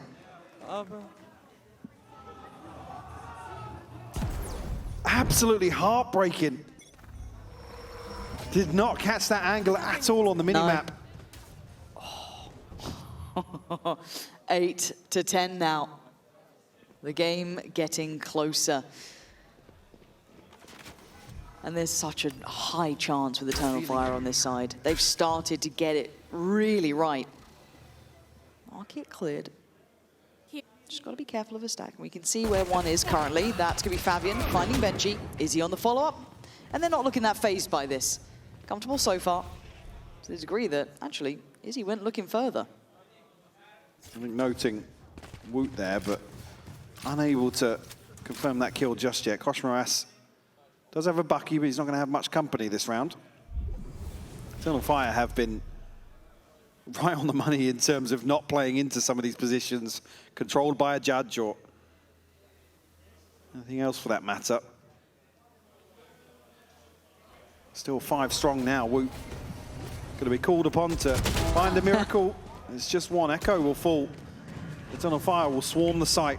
30 seconds. They're knocking at the door, man. This is going to be 9. It has to be. How are you meant to gap close with that Bucky? How are you meant to bring anything in for Boo here? Spike planted. I'll give it a go. But yeah, maybe not held on 9, but held on 10 now. Potential upgrade, sure. No shield to go with it, though. And you can see the stack up on Cat. Fabian, Ordaz, both there. Gosh, Morass, want to be cresting the corner. And they're trying to make a late go of this, and it's just done nothing. Fabian, the spray was there, yeah, a little wild, but it's there, even while blind. 9 to 10, Eternal Fire have taken every necessary step. And we said it, we've seen this scoreline before. There's a real reality. And this team on the attack, come on. You know what they can do. One enemy. We're seeing it here. They're playing with the tempo perfectly as well. Heretics, you can see, are just caught in between decisions in some of these rounds. Certainly what's going to be discussed here. The final timeout called in this series, at least in regulation. Dare I speak too soon? Just one round separating these teams, and Heretics just up against it now. Yeah, that momentum we were talking about, well, the desk, us, just about everyone talking about it. Momentum now is in the hands of Eternal Fire. Scoreline, be damned. They've had, what, 6 rounds on this half to the 1 loss. It has been just magic to watch for them. And it hasn't just been one player over-excelling, it's been a collective effort from them. They've got that tempo just right, as you said, kind of causing indecision among Heretics.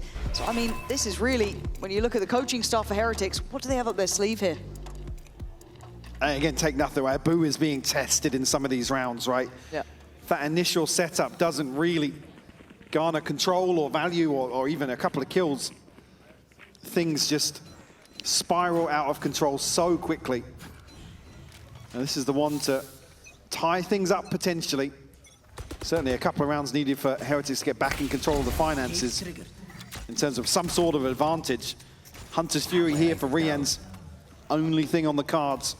On the other side, Fabian and Ordaz. An opportunity to invest and solidify this comeback on Ascent. And put Heretics, honestly, in a hurt locker. Yeah. In terms of the scoreline. Well, this is when it comes back to those old questions, those old concerns about Heretics. That when it matters, when the pressure mounts to this degree, can they keep it together? Can they still stay as on the money as they were before? Play towards Wine. And actually, Fabian should be sent back here, cleared. No, Woot still lives, does go down on the trade, but then you look through the burst through door, and then towards Hell is Boo. Playing in Kosh Morass up in heaven, but they've lost control of Tree. It is a concern. And that's going to block off the operator, at least here. Kosh Morass tries to catch somebody on the timing. But, oh, he's seen the update, Boo. He wants to, he's thinking like a mad swing, might be on the case here. Kosh Morass just dancing with danger. Look at the clearing. Oh, they actually do. They fly in together. Eternal Fire play as a pack. You don't get fair fights. Kosh Morass tried to be on his toes in this, but down to 2 here. Benji and Rienz.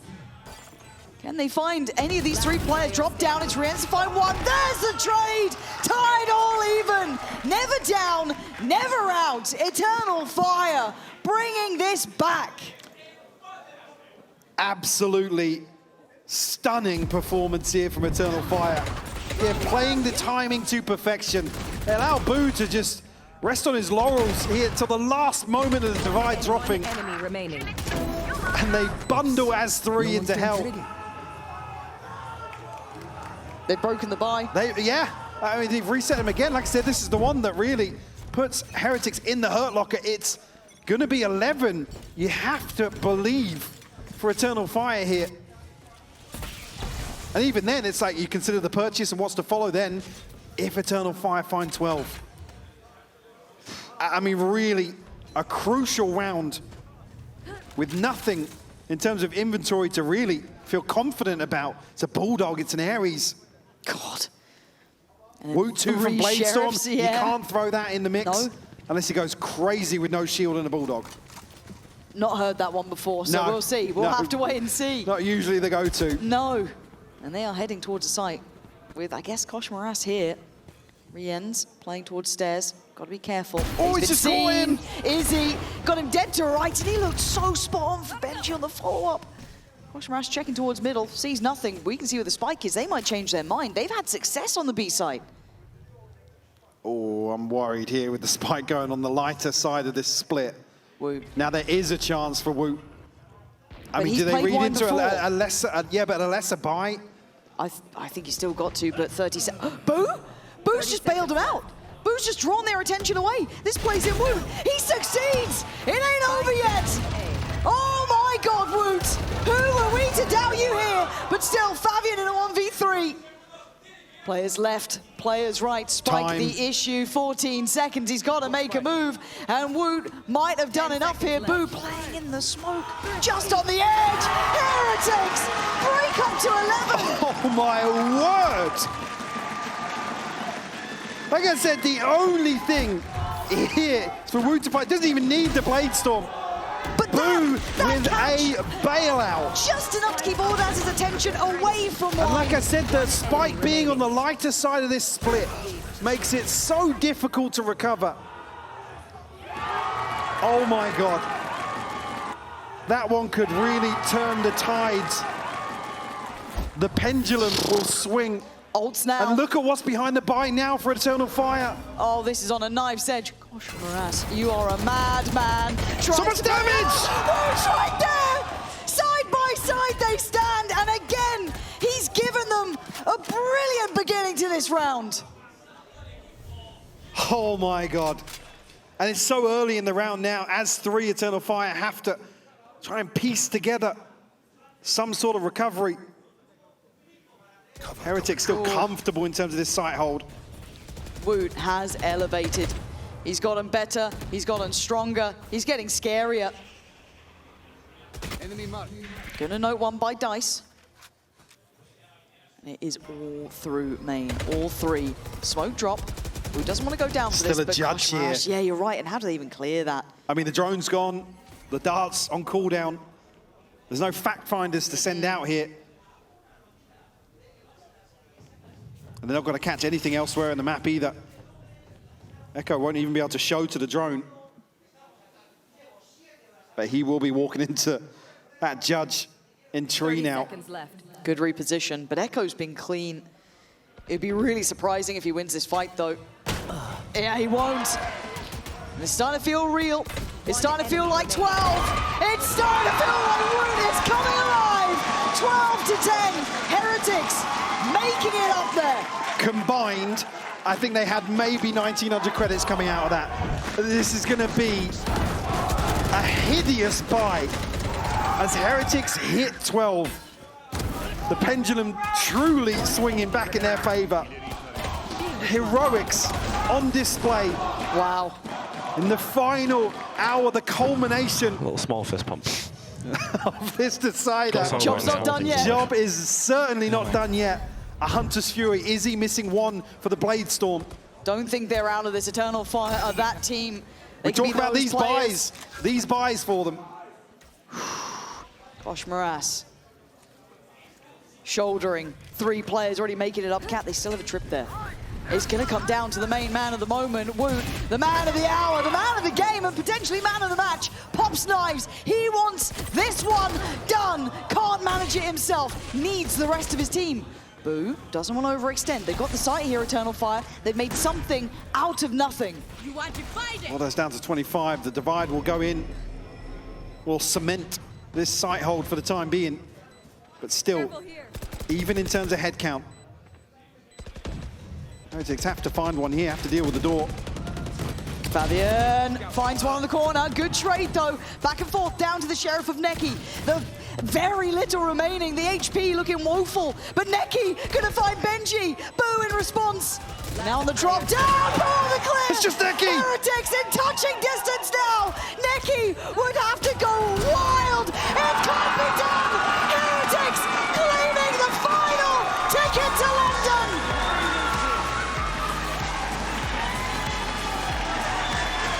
What a way for things to finish. Heretics, after being dictated to in this second half, the resilience that we always talk about with this roster that's in question, it hangs in the balance. Certainly on display today. And it is that resilience that comes to mind. Their ability to bounce back to, problem solve under so much scrutiny from Eternal Fire, who are a terrifying team to face. The worst sort of team to play here with what's at stake, and I can't believe it. I mean, what a valiant attempt here for Eternal Fire. Oh, I've enjoyed this team from start to end, honestly. One of those to watch, firepower in droves, but it hurts the most when you get this close, when you're within that touching distance. At 10 to 13, a map 3, lower bracket run, but it's a reality check as Heretics look to be starting a new chapter for themselves here. An international event now on the horizon, a new lineup that looks damn good. Woot across Maras for me today, just truly delivering when required.